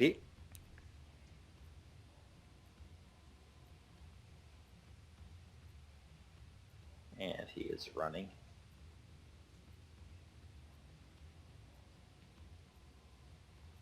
And so Melgut the Bloodhound has his bow out. And he is going to shoot at Terenion, which from there should be medium range. Does he want to take a hardship? He'll take a hardship if he doesn't want to hit his buddy if he misses. Yep. Or you don't have to, though. No, yeah. I mean, would I Orc really care? I don't think he cares about Right. Blitzkrieg. Yeah, exactly. Yeah, Blitzkrieg's no friend of his. He took his last lamb shank. That wasn't lamb. Yeah, right. He misses. Yeah. He hits Blitzkrieg. Yeah, as if So it was a his- 0. So basically, he hits him with 0. So So nothing. I see 8. Well, if it's a minion, I see though. 8. I see 8 right there because he shot him in the head. What's What's it? five levels of success. So plus there's a -7, right? Well, plus 5. so don't do the -7. That gets converted to a 0, because you Okay. can't you can't say, hey, the base defense was involved in all that. So basically the skill roll becomes a 0. So you add 3 and then you add head strike of 5, and then subtract whatever armor he's got. If he takes any damage, he's a minion, so he would die. Yeah. What does it look like Terenion as Blitzkrieg in front of you finally, after charging across the creek, gets shot by his own man? Yeah, Terenion is bracing himself to receive an axe blow that never comes until he hears a thump, and again he's getting ready to receive that on his shield, and when he realizes what's happened, he calls across to the orc. You'll have to do a little better than that if you're facing me alone. It's finally your turn, Terenion. Right. So Terenion's going to... He may not have noticed what's happened with Slurm yet, has he? I suppose he would have seen him run across. So yeah, Terenion's going to run back here. Try and engage Slurm. He is turning his back on Milgut, but he doesn't think much of his shooting after what he's just seen. 4 AP. That was 4 hexes, I think, wasn't it? And he was So 1, 2. 2, 3. 2 AP. 1, 2, 3, 4. Yeah, so 2.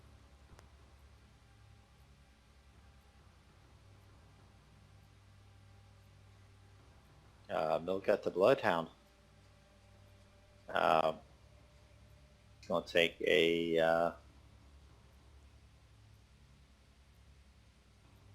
I'll take a shot. Oh no, it's actually Estedir. Estedir's up. Yeah, I'll shoot Slurm in front of me.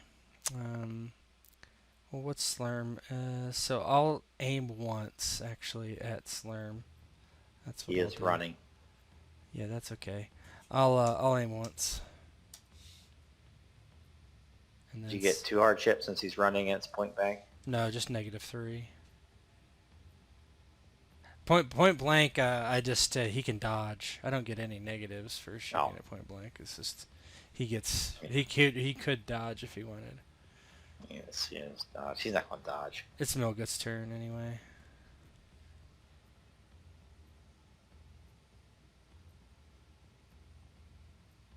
Because you aimed.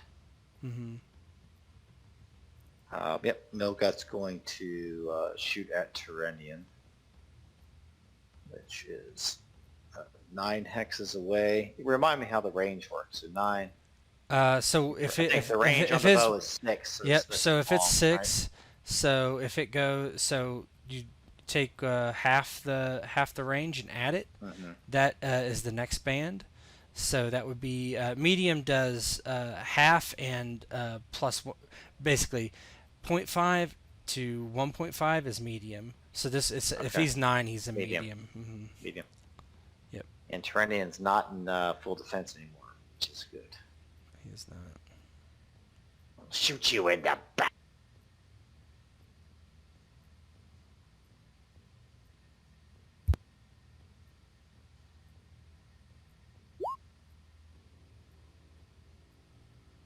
Four, but he had 2 10s that didn't explode. It's do I get anything for the fact I'm running? Am I any harder to hit for that? Yeah, -3. Okay. So that would have been it's- 1, but you need to roll 2d10. a 1. Yeah. So 10. So 10. So 10 plus torso strike. What's your 3. armor? So 13. Armor on torso. I'm on torso. Give me just a second. Piercing armor on torso is 3. So you take 10. Okay. Injury, looks like. He hurt him. He hurt him. Yep. So Terenion kind of takes this sort of thunk in his back, and he feels the arrow just protrude a little bit through his armor, and he grunts in pain and mutters to himself, "Now he learns how to shoot." All right, it's That's Terenion. Estedir's up. It's Terenion's turn, I think. 7.65. Oh yeah, 7.65. Okay, so Terenion. One problem with the decimal points is it sometimes will give you repeating digits. Then if you click on it, it's actually 9.12, but displays as like 0.666666. Oh, huh. That's weird. Oh, I'm gonna waste my aim. Okay.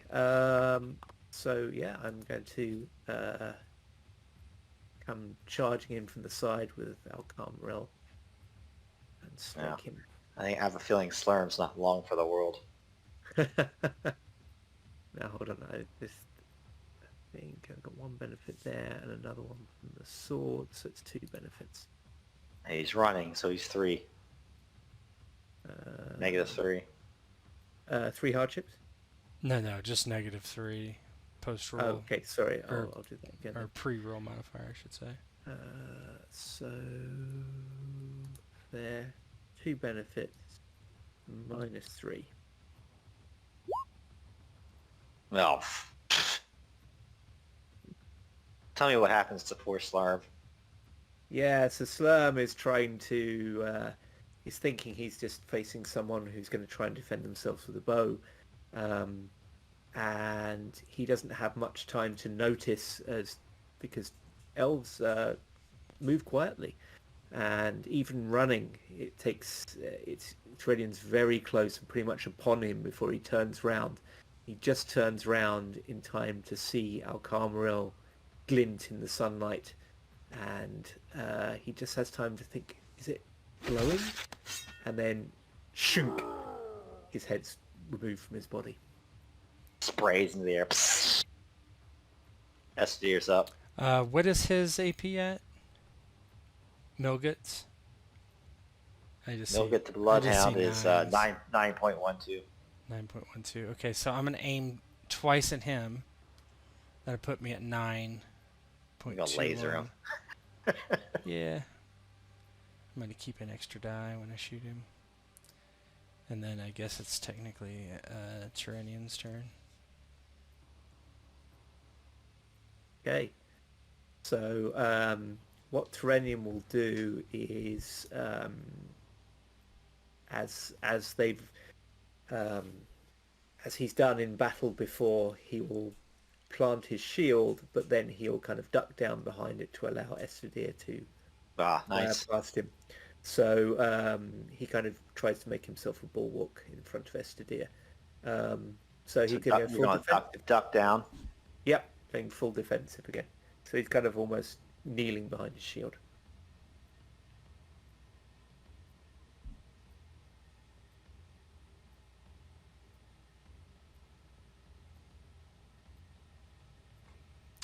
It's obviously a practice motion. Yeah. And I'll shoot this fool then. Estedir's up. He probably has cover, so just let me know how much. He shot out of it. I didn't put anything, so... Yeah, that's... yeah, in order to... He just had to kind of step out of the tree for a second, so he doesn't have any cover. Okay. He's at medium range. And then I convert one of these die, so I keep another die, so it's actually a 14 plus 12. Yeah, he's dead. Yeah, he just, again, he's aiming this time, and he's taking careful aim, and he shoots the guy right in the, right above the collarbone, kind of where the neck meets the torso.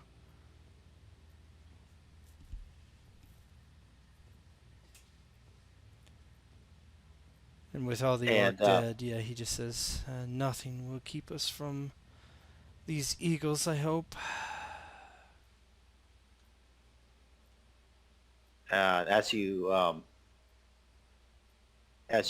say that, you actually do, you hear just overhead a great cry, and you look up, and there is an eagle like circling in the peaks really high above you.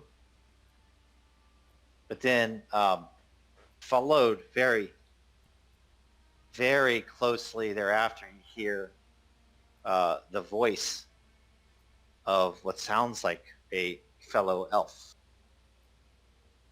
And this voice says, "I don't know your names, but that was quite a display. We didn't know if we were going to have to save you, or if we should just sit back and be entertained." And if you pan out your screen, you can see 6 silver helms kind of cresting over the edge of the ravine. All of them have bows pointing down towards you guys. I would suggest that you disarm yourselves. You've proven to be quite a threat, although, if my elf ears do not deceive you, you are one of my kin.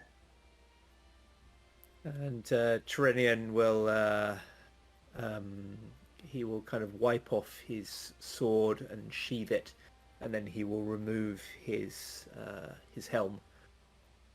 And says, "I am Terenion of, are we of the line of Fingolfin? I'm trying to think who's... Yep. Yeah. Yeah. I am Terenion of the line of Fingolfin. Until a few weeks past, I was of Dorthonion.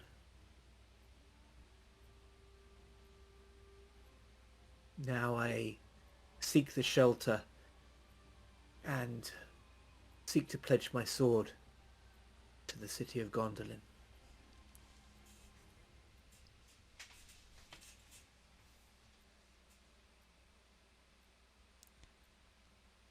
You seek Gondolin. On what errand?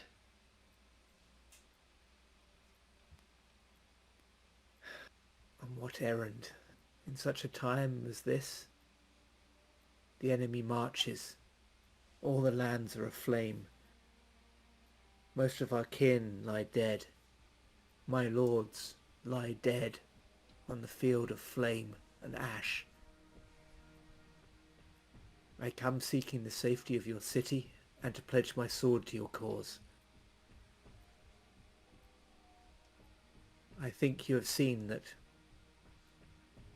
my sword is no little thing, nor is the bow of my nephew Estedir here. Yes. We are familiar with Estedir's bow work. We just saw it firsthand ourselves. You are skilled with the bow, nearly as much as the Gondolindrum. What do you say for yourself, Estedir, nephew of Terenion? I say that I am looking for those eagles that I hear, but I do not see. Many come to these mountains and seek of such things. Until now, it also seems that we have done a good job of making it the stuff of myths and dreams. Men with their short lives come seeking Gondolin, perhaps seeking some bulwark against the darkness. But none will be had, at least for them. Our king, Turgon, leaves them to their own devices. He keeps his own council in the high keep of Gondolin. Ah. So he hides away in a secret place, whereas the rest of these people falter. That does not seem like much of a cause, Uncle. Mind your words, nephew. These are people whose safety we seek, and you have just spoken ill of their lord. We know little of him. You should not be so hasty to judge. I know what I've seen over these past few months. I certainly have not had safety. No, safety has forsaken these lands.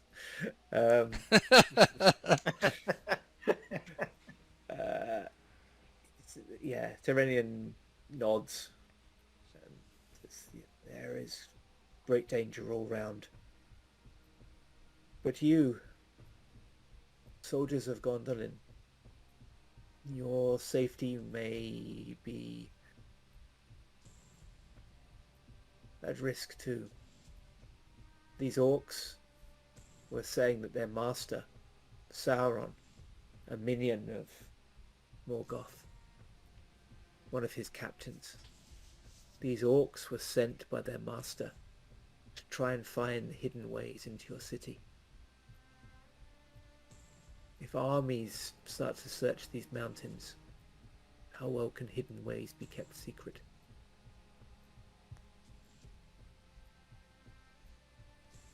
The guards look to each other and they mutter in voices low enough that even an elf is unable to hear. Terenion, will you give me a, let's see here.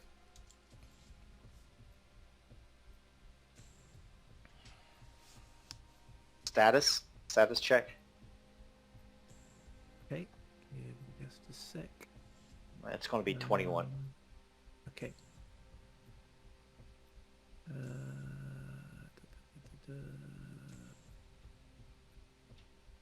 Just seeing if I get any benefits to that. I don't think I do. No, I don't. Okay. Status 21.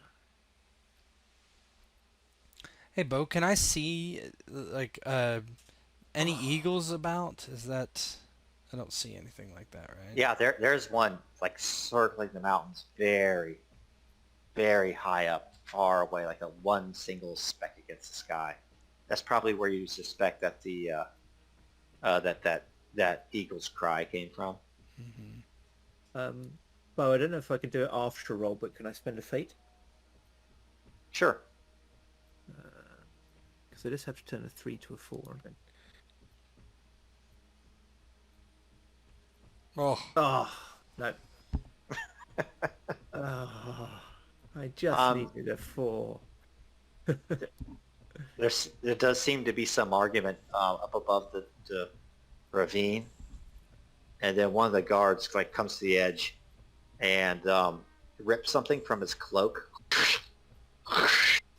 and two big swaths of cloth. He throws them down to you. Terenion and Estedir, though you begin, the machinations of the enemy are ever more subtle and deep. Bind your eyes and your ears. If you come to seek Gondolin, then Gondolin will you find. Although I tell you, Turgon is not off to let people leave once they do find the city. He is Es- sometimes swayed by wise counsel, but I must give you this warning before you enter our realm. Go ahead. yeah. He. What about those that come seeking the eagles? What do you know of them? Perhaps I will not make this journey. You seek the eagles? I do. Then you are more full of dreams than I even imagined. What? Did you come from some realm of men, filled with tales of shining silver streets and rainbows, eagles that wait on the elves of Gondolin? The eagles do what they may. We have nothing to do with them, except when they grace us with their presence. And even then, their ways are uncanny and queer. Nestadir. He frowns a bit at the guard and then looks to Terenion and shakes his head slightly. The way they speak, uncle. I do not think you will win your war this way. If it is your wish to die, you may die this way. Or perhaps in another manner, more suited to your valor. Then hold up in the mountain stronghold, waiting for the enemy to find you.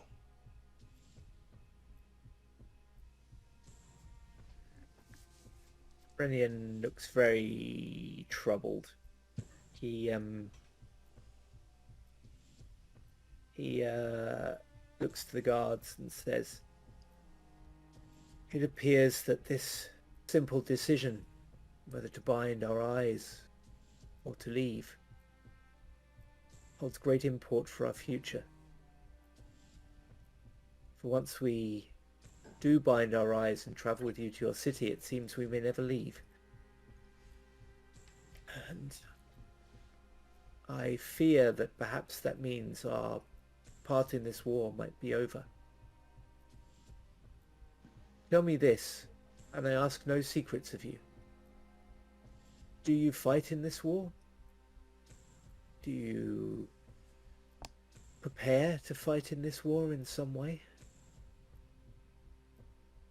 And I do not wish to know in which manner, just that you do. For if I am to remain in your city, then I would not have myself remain apart from this war which has claimed the lives of so many of my kin. I could not in honour do that." One of them laughs. As you kind of see them crest the ravine again, they get a little closer. You can see their faces. And even though all of their raiment is very much similar, each of them has like a crest upon their breast, and their shields have different emblems on them. It's something like way different than you've seen in the realm of elves. couple of them have what looks to be hammers falling on anvils. One has a jewel spreading out like a spectrum of colors, and another one even is just like a plain black sable.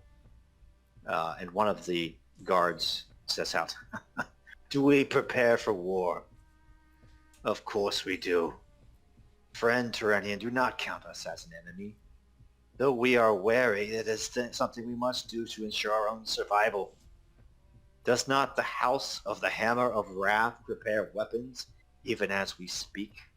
Does not the House of the Mole delve deep beneath the mountains surrounding Gondolin to bring forth strong ore to make shields and arrowheads? Glorfindel of the House of the Golden Flower and Egelmoth of the House of the Heavenly Archers. They are our lieutenants, and we follow them. But we will only go to war when King Turgon gives a word. For Olmo is the counsel, gives him counsel when need is great, and Olmo has yet been silent." And you would know Olmo as one of the Valar, like the Lord of Waters. Mm-hmm. Estedir is kind of, he doesn't know if he believes that. Terenion looks rather relieved. He says, "Well, nephew, my path lies in this direction. Will you accompany me?" And he actually looks a bit kind of concerned, maybe almost worried that Estedir isn't going to come. That's certainly not something you'd have seen on his face months ago, maybe even weeks ago. Yeah, Estedir looks very upset. He keeps looking into the sky at that black dot. "Bo, I have one fate point left. I would like to burn it to have a conversation with an eagle, if that's possible." Like right now? It doesn't have to be right now. Manwë smiles upon you. You have that link, that ethereal link that you sometimes get visions and dreams and stuff. Mm-hmm. And you see yourself sitting in the high places of Gondolin, with a giant eagle to your right, looking out over Beleriand. You see that. Estedir stops for a moment as he sees something in his future and nods to Terenion. "I'll go to this place with you, uncle, for now. I do not promise that I will not leave." He kind of says that under his breath. And he will immediately kind of tucks his bow, slings it back over onto his back, and takes the rag that the guy had ripped off from his clothes and wraps it around his eyes and his ear and ties it tight.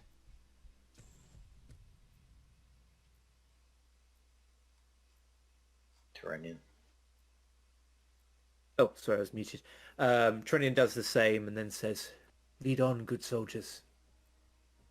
Take us to your captains."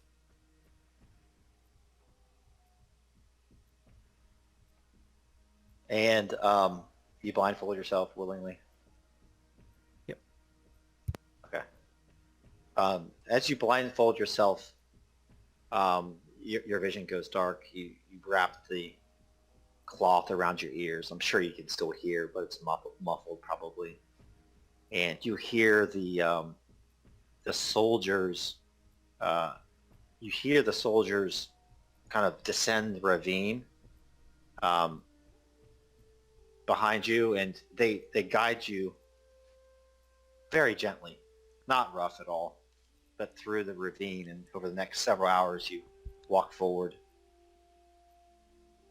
At one point, you hear them speaking some sort of like cipher tongue, and you hear a gate open. It sounds wooden.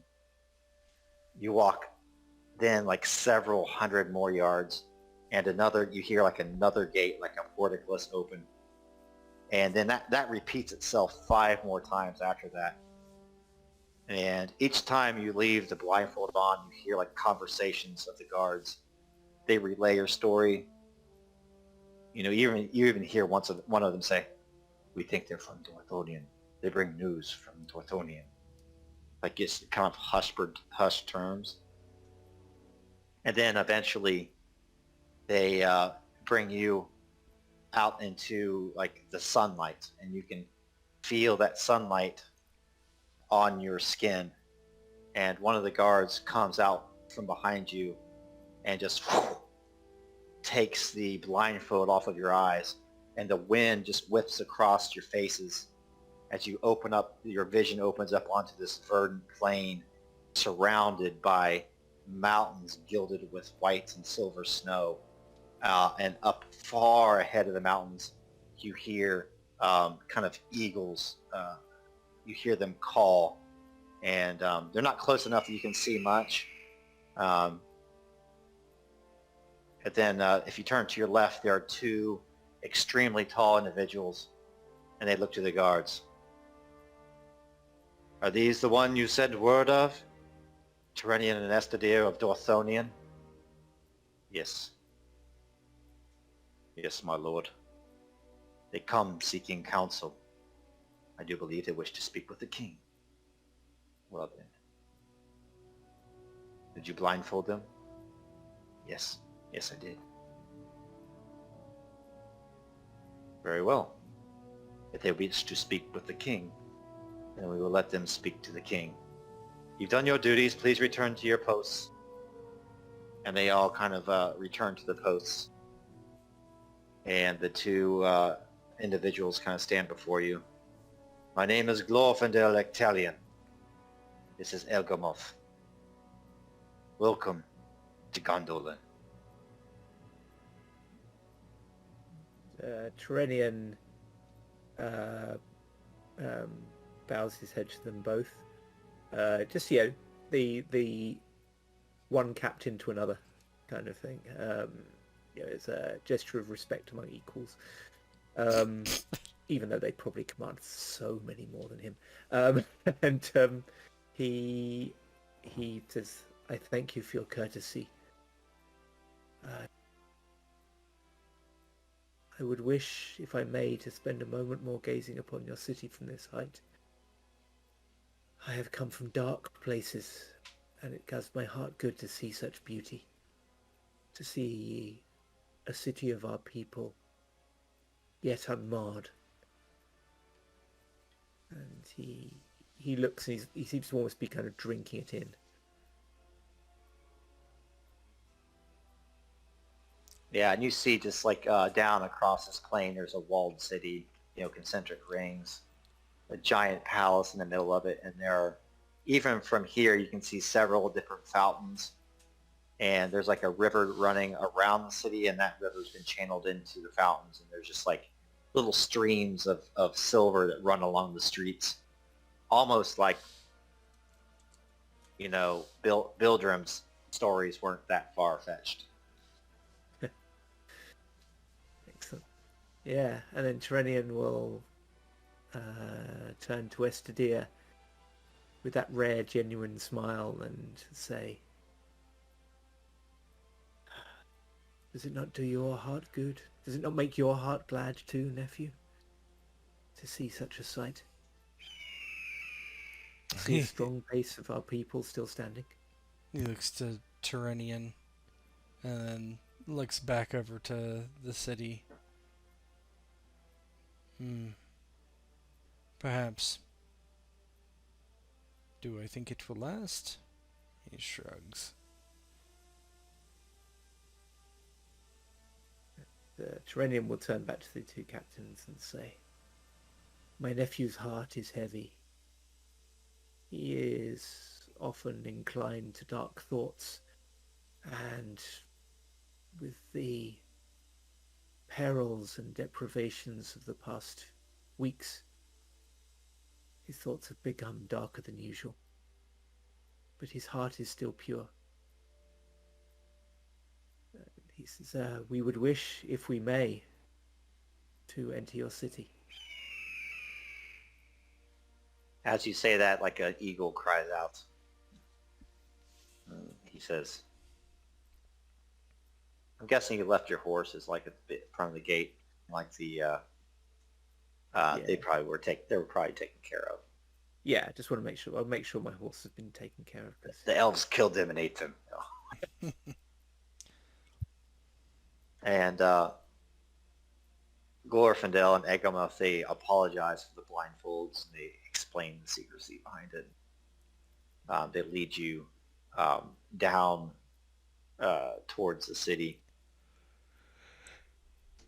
Let's get your tokens all gathered up.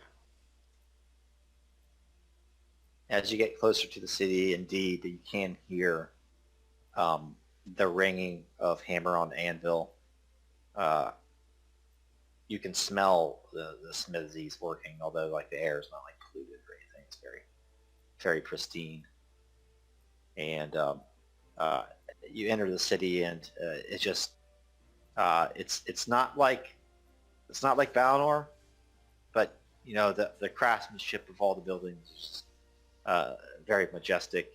There are elves walking around in just plain raiment, not armor, not in times of war. It almost seems, yeah. Even though there's that background of the smithies going like it's business as usual here inside Gondolin. Terenion suddenly becomes very conscious that he's spattered with orc blood and the dust of the road and so on. He says, and he kind of points to himself and says, I am in no condition to be presented to your king. Is there perhaps somewhere where I may make myself presentable? Of course. There are many bathhouses here in Gondolin. We will get you tidied up before you see Lord Turgon. He has been quite busy the past 2 days. And he does frown with that. Glorfindel does. Eggalmouth nods as well. Tidings. Dark tidings have come from the north. I suppose you are no stranger to what has befallen the realm of elves. That which you have heard as mere tidings we have seen with our own eyes. I should perhaps leave this to tell to your king, though. Estedir shrugs. Why, uncle? Do not they deserve to know? Of course, but etiquette dictates that great news should be given to the king first. Well, I am not very wise, as you know, so I will tell them. Yes, any elf home or man holding north of these mountains is gone.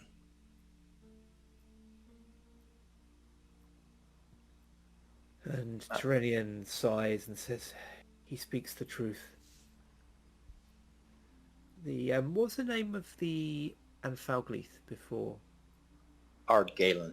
Ardgalen is Ardgalen is now but ash and fire.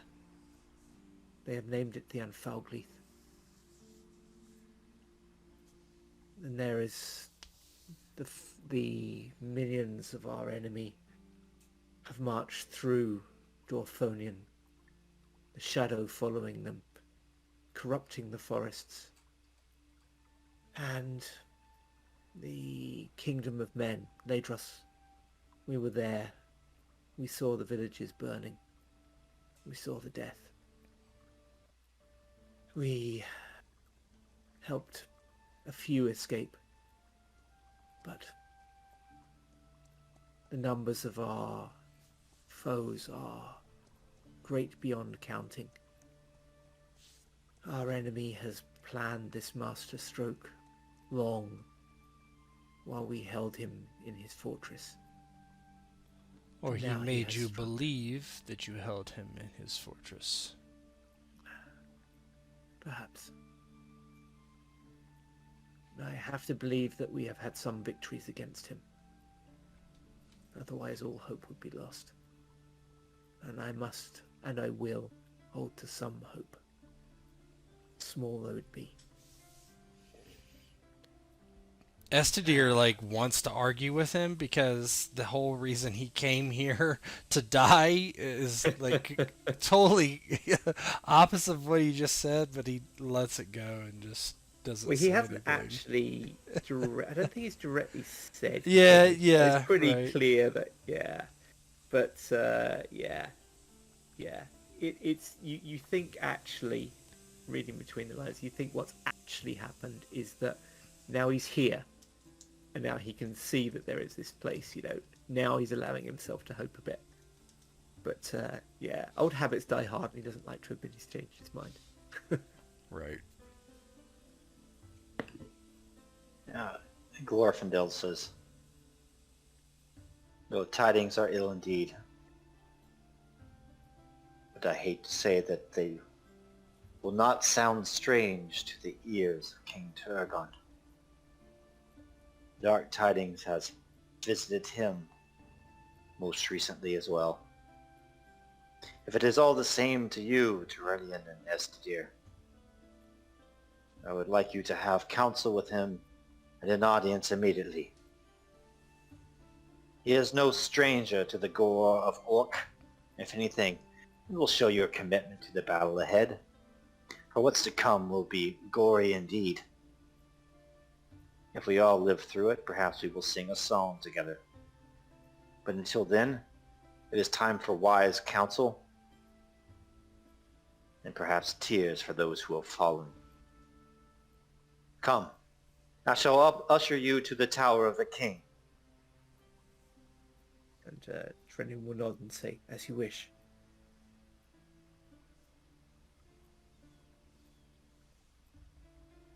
And they bring you at first into the court of what looks like a great palace. And there, I don't know if you'll be happy to see or unhappy to see, you do see hundreds of soldiers at drill practicing with their weapons.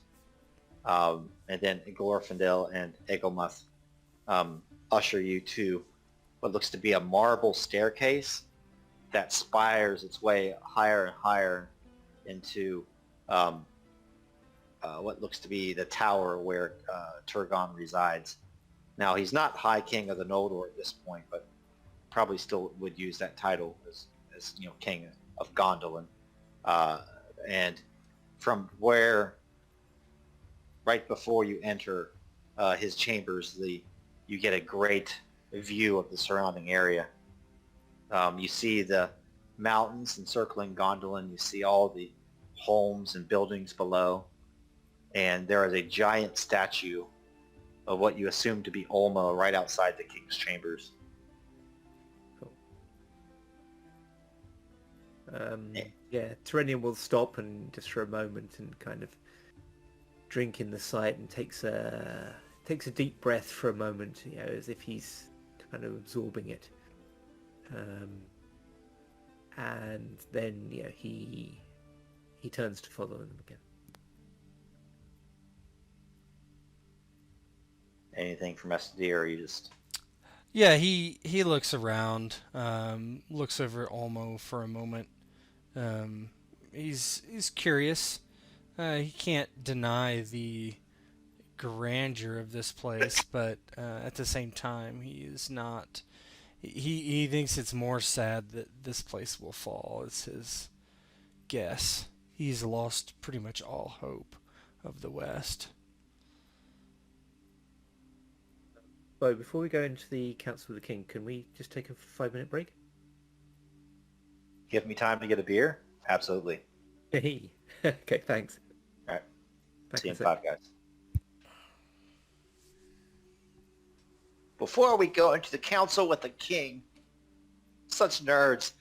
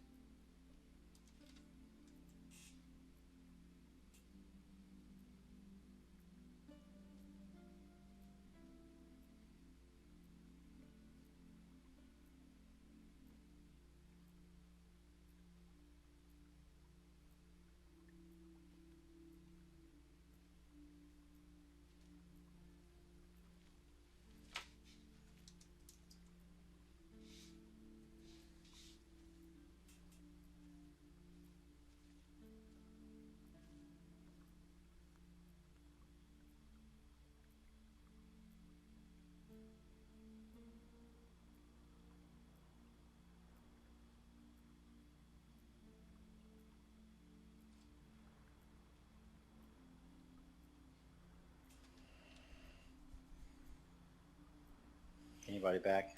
I'm here. Before we go to council with the king, let's take a break.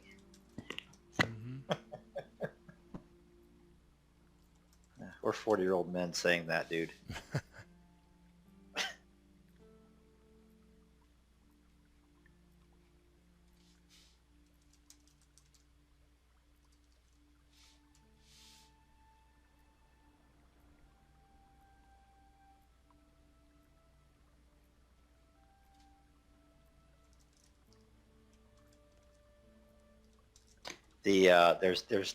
There's not much challenge finding art for this stuff.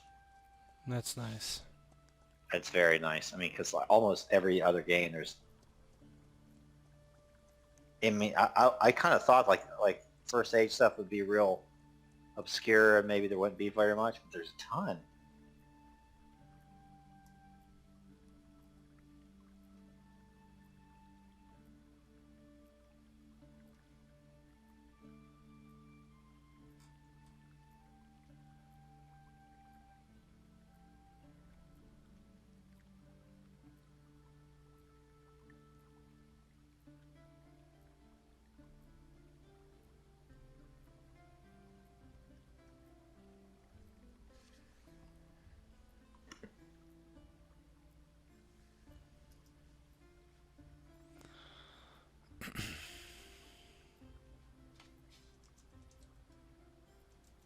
Hey, What's up? I went upstairs and while I was up there, it seems my druid had challenged my wife to how many Pringles can you fit in your mouth at once? So I had to re-establish my dominance. Right, nice. Yeah, they're so good too. Yeah. We have a tradition on a road trip. We always eat those, man. The only time I try not to eat those otherwise, but they're so good. Truly addictive. All right. You ready to roll in? See the boy?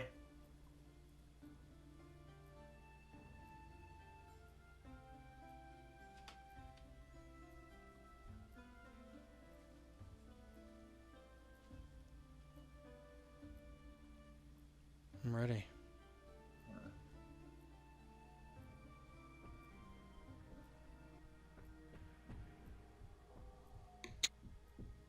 And so, rough from the road and covered with blood and gore. Paying no heed, Lorfindel and Egalmuth usher you into the court of the king. They stand guard outside, letting you enter.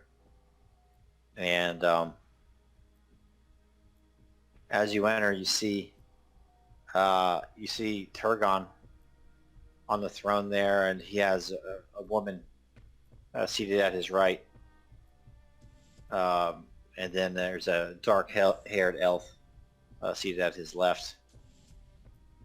And he says to you that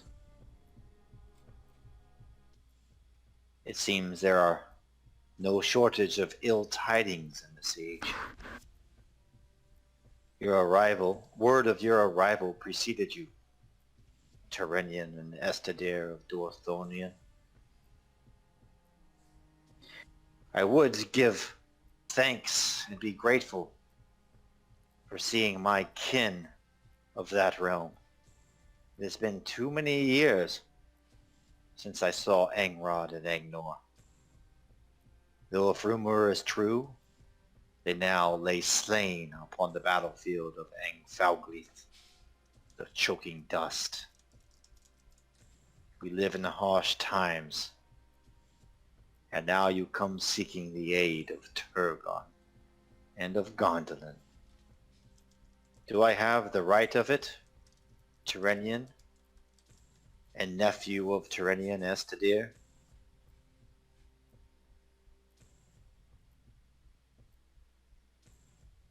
Yeah, Estedir just looks to Terenion.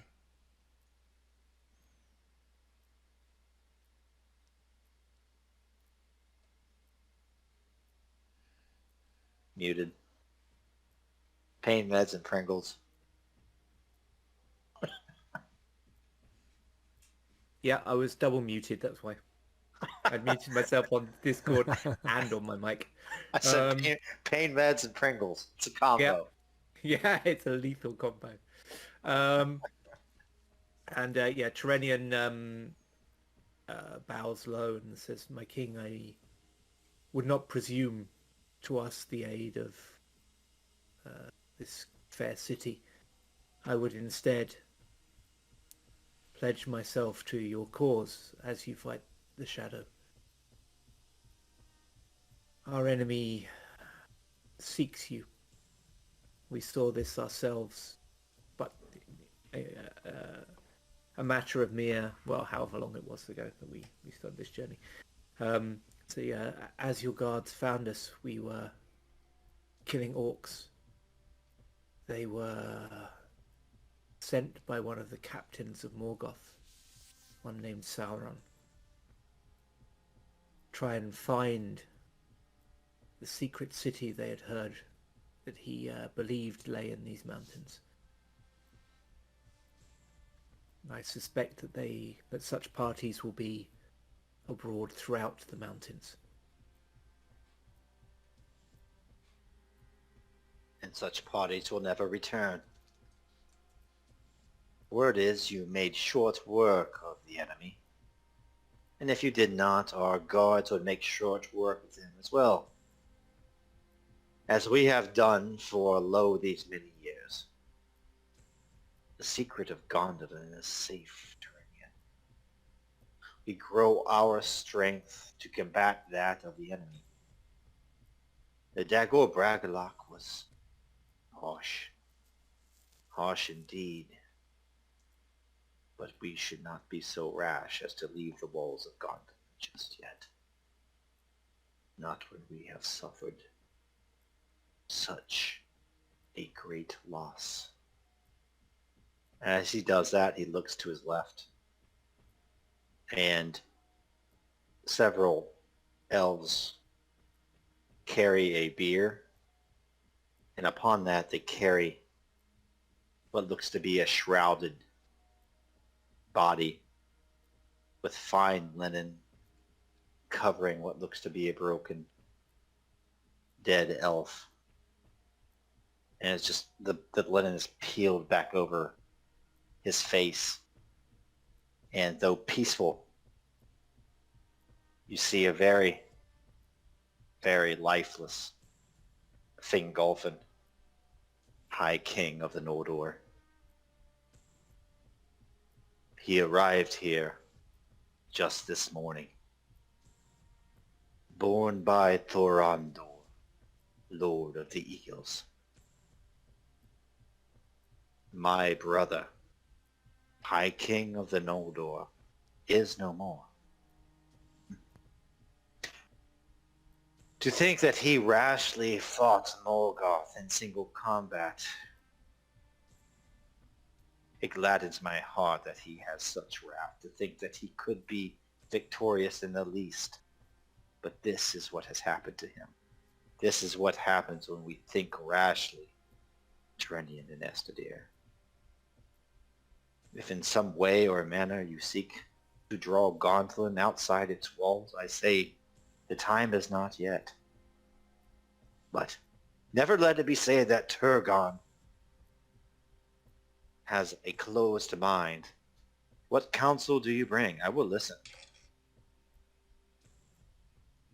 I bring more news than counsel, my king.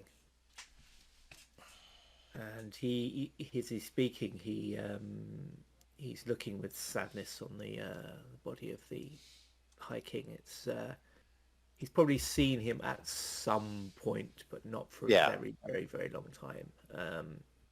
The other thing that would be common knowledge, which I think would add a depth to the role play between you and Turgon, is his wife died almost the same as you, crossing the Hellcrabs.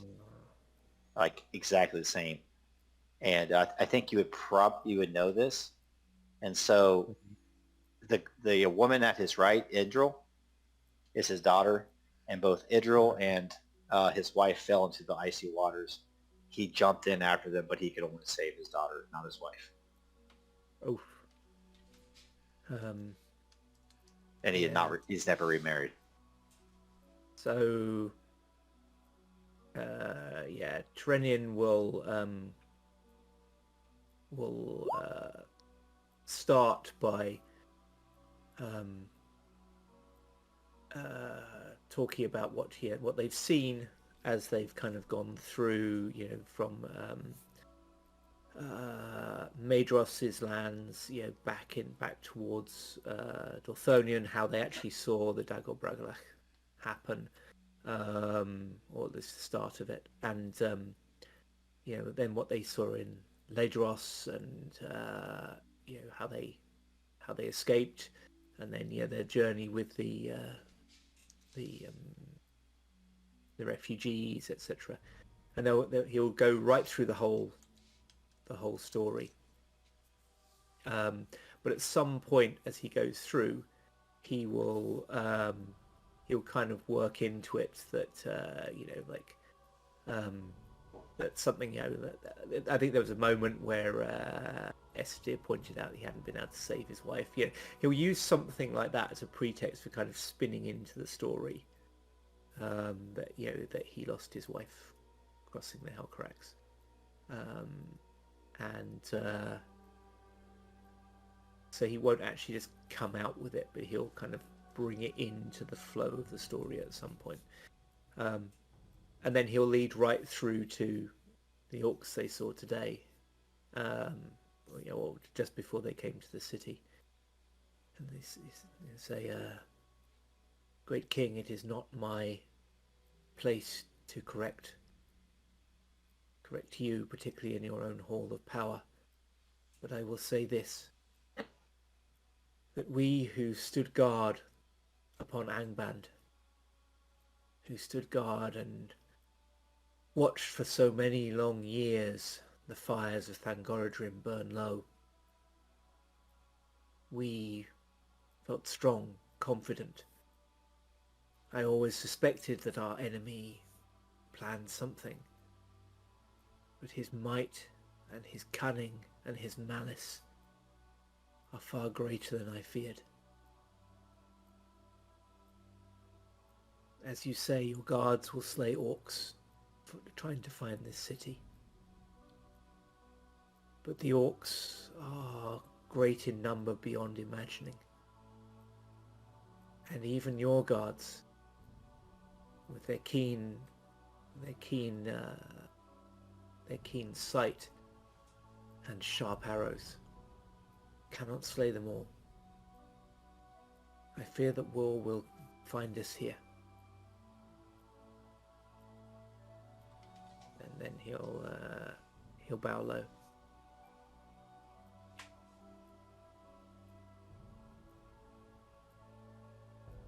I have heard from the older, and perhaps the wiser,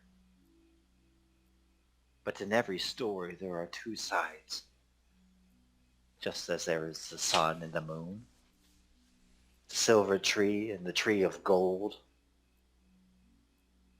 Terenion comes with his nephew. Oh, yes. My gods tell me that you perhaps may not be of the same mind. Sometimes in two disparate councils, a stronger third option emerges.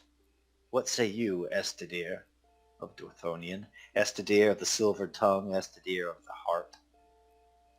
In days of old, Agnor spoke highly of your skills. You graced his court for many years, and such songs of pleasure, of days of ease, of heroism crossing the Hellcracks, of the high, green, and verdant fields of Valinor. Of those things I hear you have sung in the past. But what now do you say, Estedir? Lord Turgon, it is not my intention if my words offend you. but I will speak my piece as you ask me, and they may not be kind. I do agree that some force must be raised to fight against the enemy, but even hidden as it is, I cannot see Gondolin going forever unseen and unfound. If the enemy were to just send a third of his numbers, who knows what they really are, in this direction, eventually, what do they say in the lands of men? A squirrel finds a nut. It just takes one of their ugly little faces to peek upon this place and flee in the mass of black that they are, and return to his master and whisper in his ears, and that is all. This is a precarious place, although its splendor cannot be denied, but the splendor of many of our realms and homes, they have all fallen. I do not believe this is the place to mount such a defense. Will you just sit here and let the enemy grow and destroy other places, and eventually you will be surrounded? And then what? You may have the mightiest army of Noldor, but what? A Noldor is worth 100 orc, maybe? Maybe more? 1,000? I don't know. They will have the numbers. They will bring their vile creatures that we have seen. Spiders and werewolves. Half men, half wolf creatures. And what else the enemy has. And then what will this place be? What will the great warriors such as yourself stand up against the thousands and the hundreds of thousands of enemies? Can it be done? I do not know. I prefer a strategy of biding our time, raising these armies as you do, but somewhere far away. And I have seen hope in this, with others doing the same. And I believe this is my path, to help those from far away to rise again against the enemy, if he should travel in those directions one day. For I see no hope here in Beleriand. These are my thoughts, but I am a simple poet and not a military strategist like my uncle. I only see what my heart sees, and it is black in sadness and desperation.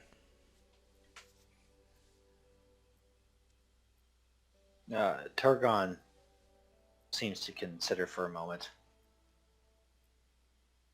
Your words do not give offense, Estedir. Although do not presume to lecture me regarding the wiles of the enemy. Demons of the deep, demons of fire and shadow and flame. I and my house have faced them all before. The Morgoth may never leave the deep of Angband again. The servants will, and the mightiest upon them, and mightiest of them, Sauron.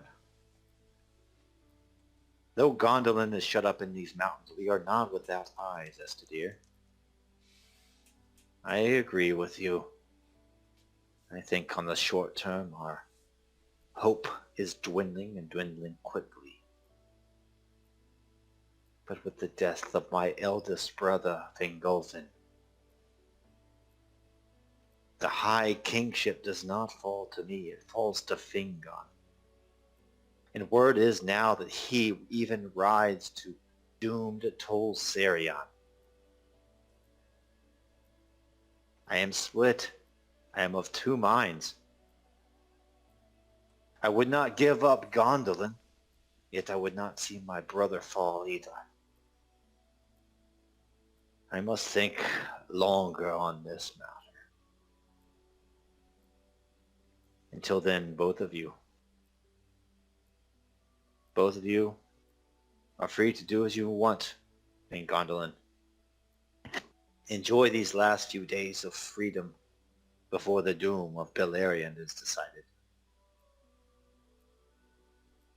There are wiser beings in this Middle Earth that also give me counsel. And I will consult the great waters for their wisdom. Please, allow me. And he gets up and he leaves the chamber, leaving you only with Idril and Maglin.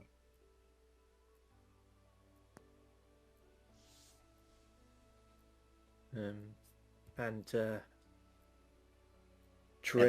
And the dead guy. Yeah. Take Yes, this body away from the me. king.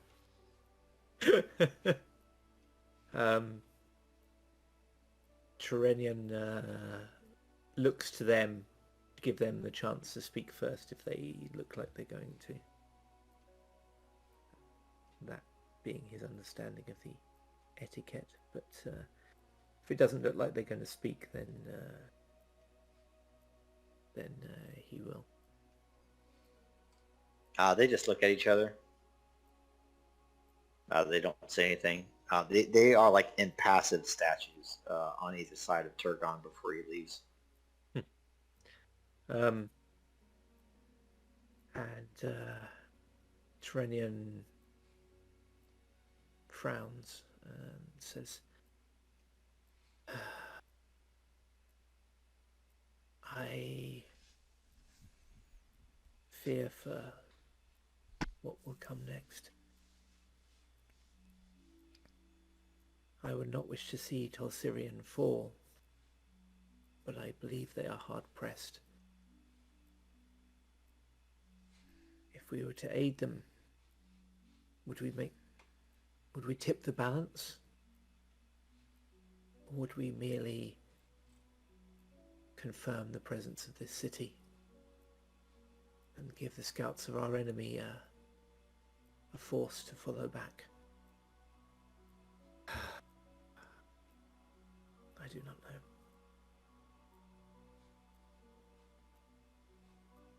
And he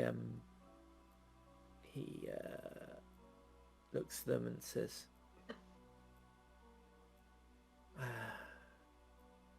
while it is your father's place to decide matters such as this for the city, you, I suspect, know his heart better than most. May I presume to ask, what do you think he will do? Who are you addressing in specific? What I'm going to try and do is I'll be addressing both of them at first, and then do I know who is the oldest? I don't think you need a lore roll for this. You've heard rumors that Turgon's sister wedded with someone called Aeol, who is a Sylvan elf. They call him the Dark Elf. He's from far to the south, very shady type character, and there's a bunch of treachery kind of surrounding him. But Turgon ends up with Maglin, which is basically his nephew. But his sister died tragically. But Maglin was there. And he's about the same age as his daughter, Idril. Right. Idril, has been an upstanding princess, as far as you know, and a loyal servant of her father. In that case, it'll be her I'll be addressing them. Yeah. Actually, give me a is it perception? For what? Or read person. Read person. Give me a read person on Megalyn. TN's is going to be so it's not like a level 2 thing. You kill him, and we win. Yeah, not his thing. You can do it too, Estedir, but let me find his target number. I don't think I'm... Yeah, it's gonna be 21 though. Hard. I don't know that I can even... I don't even know if I have empathy. Yeah. Yeah, it's gonna be the same roll. It's impossible to get that number. Yeah. Okay. Yeah, you don't get anything. As far as you know, Megalyn and Idril are perfectly civil to each other and loyal servants of the court. But Idril does say to you, Terenion, my father's mind is not so idle as you would think, either one of you. From the founding of Gondolin, he has sent ships down Sirion. He sends ships to the west, ever in seeking Valinor. His hope is in the west, not in elves, not in men, not in the birds and beasts that walk along this Beleriand, or anything that grows or lives on this Middle Earth.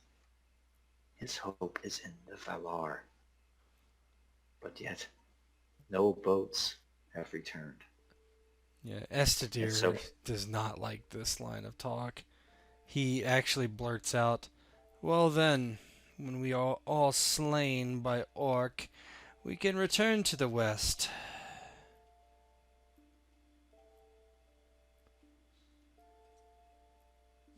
Terenion looks to Estedir and kind of frowns at him and says, I have long hoped that we would one day return. I do not think you should speak thus of our hope of Valinor.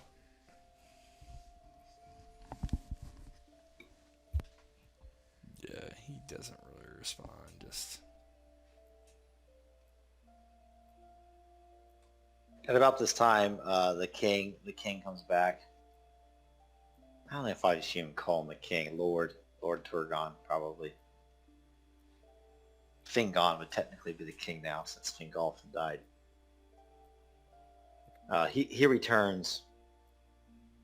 He says, Terenion and Estedir, I have thought long and hard on this decision even before your arrival.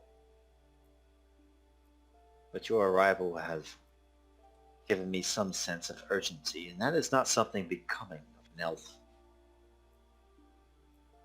But I will lay before you these two choices. Gondolin will act regardless of your decision. But we will send a very small force to Tol Sirion. Their reports that my brother there, Fingon, has come not to fortify that fortress, but to cover its retreat. We fear that fortress may fall, and if you go there, you will likely die. But if you go there, you must ensure my brother, now the High King of the Noldor, lives. Afterwards, I am recommending that most of the retreat fall back to the mouths of the Sirion. There we will fortify the havens and have ample access to ships to sail to the west. I agree with you. Staying here in Gondolin forever after is not a winning proposition. That being said,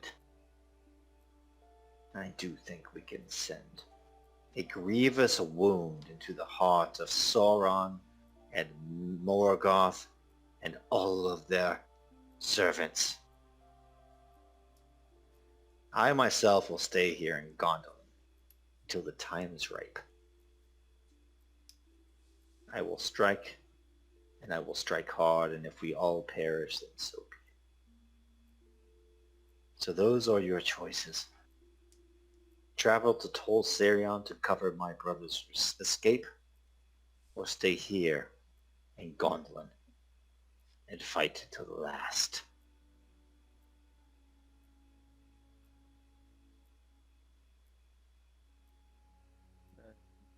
And Terenion to Estedir and says, my heart is and has always been in the west. You know this, my nephew. I know that our fate is no doubt to die should we hasten to Tol Sirion. But my duty is to protect my king. And my heart is to set my face to the west. And thus, I would go to Tol Sirion.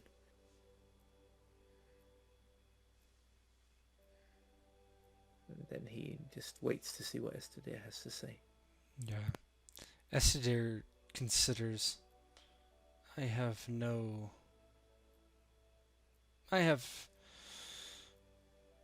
issue with going to Tol Sirion to help, but I will think on it a while if that is okay by you, Lord Turgon. Of course. Take what time you need. Wise counsel sometimes comes to us unbidden, sometimes under the starlight or the moonlight. Reflecting upon the water in our many pools and streams here in Gondolin, I have found wisdom in the past. These decisions should not be rushed, Estedir. He nods. I give you thanks.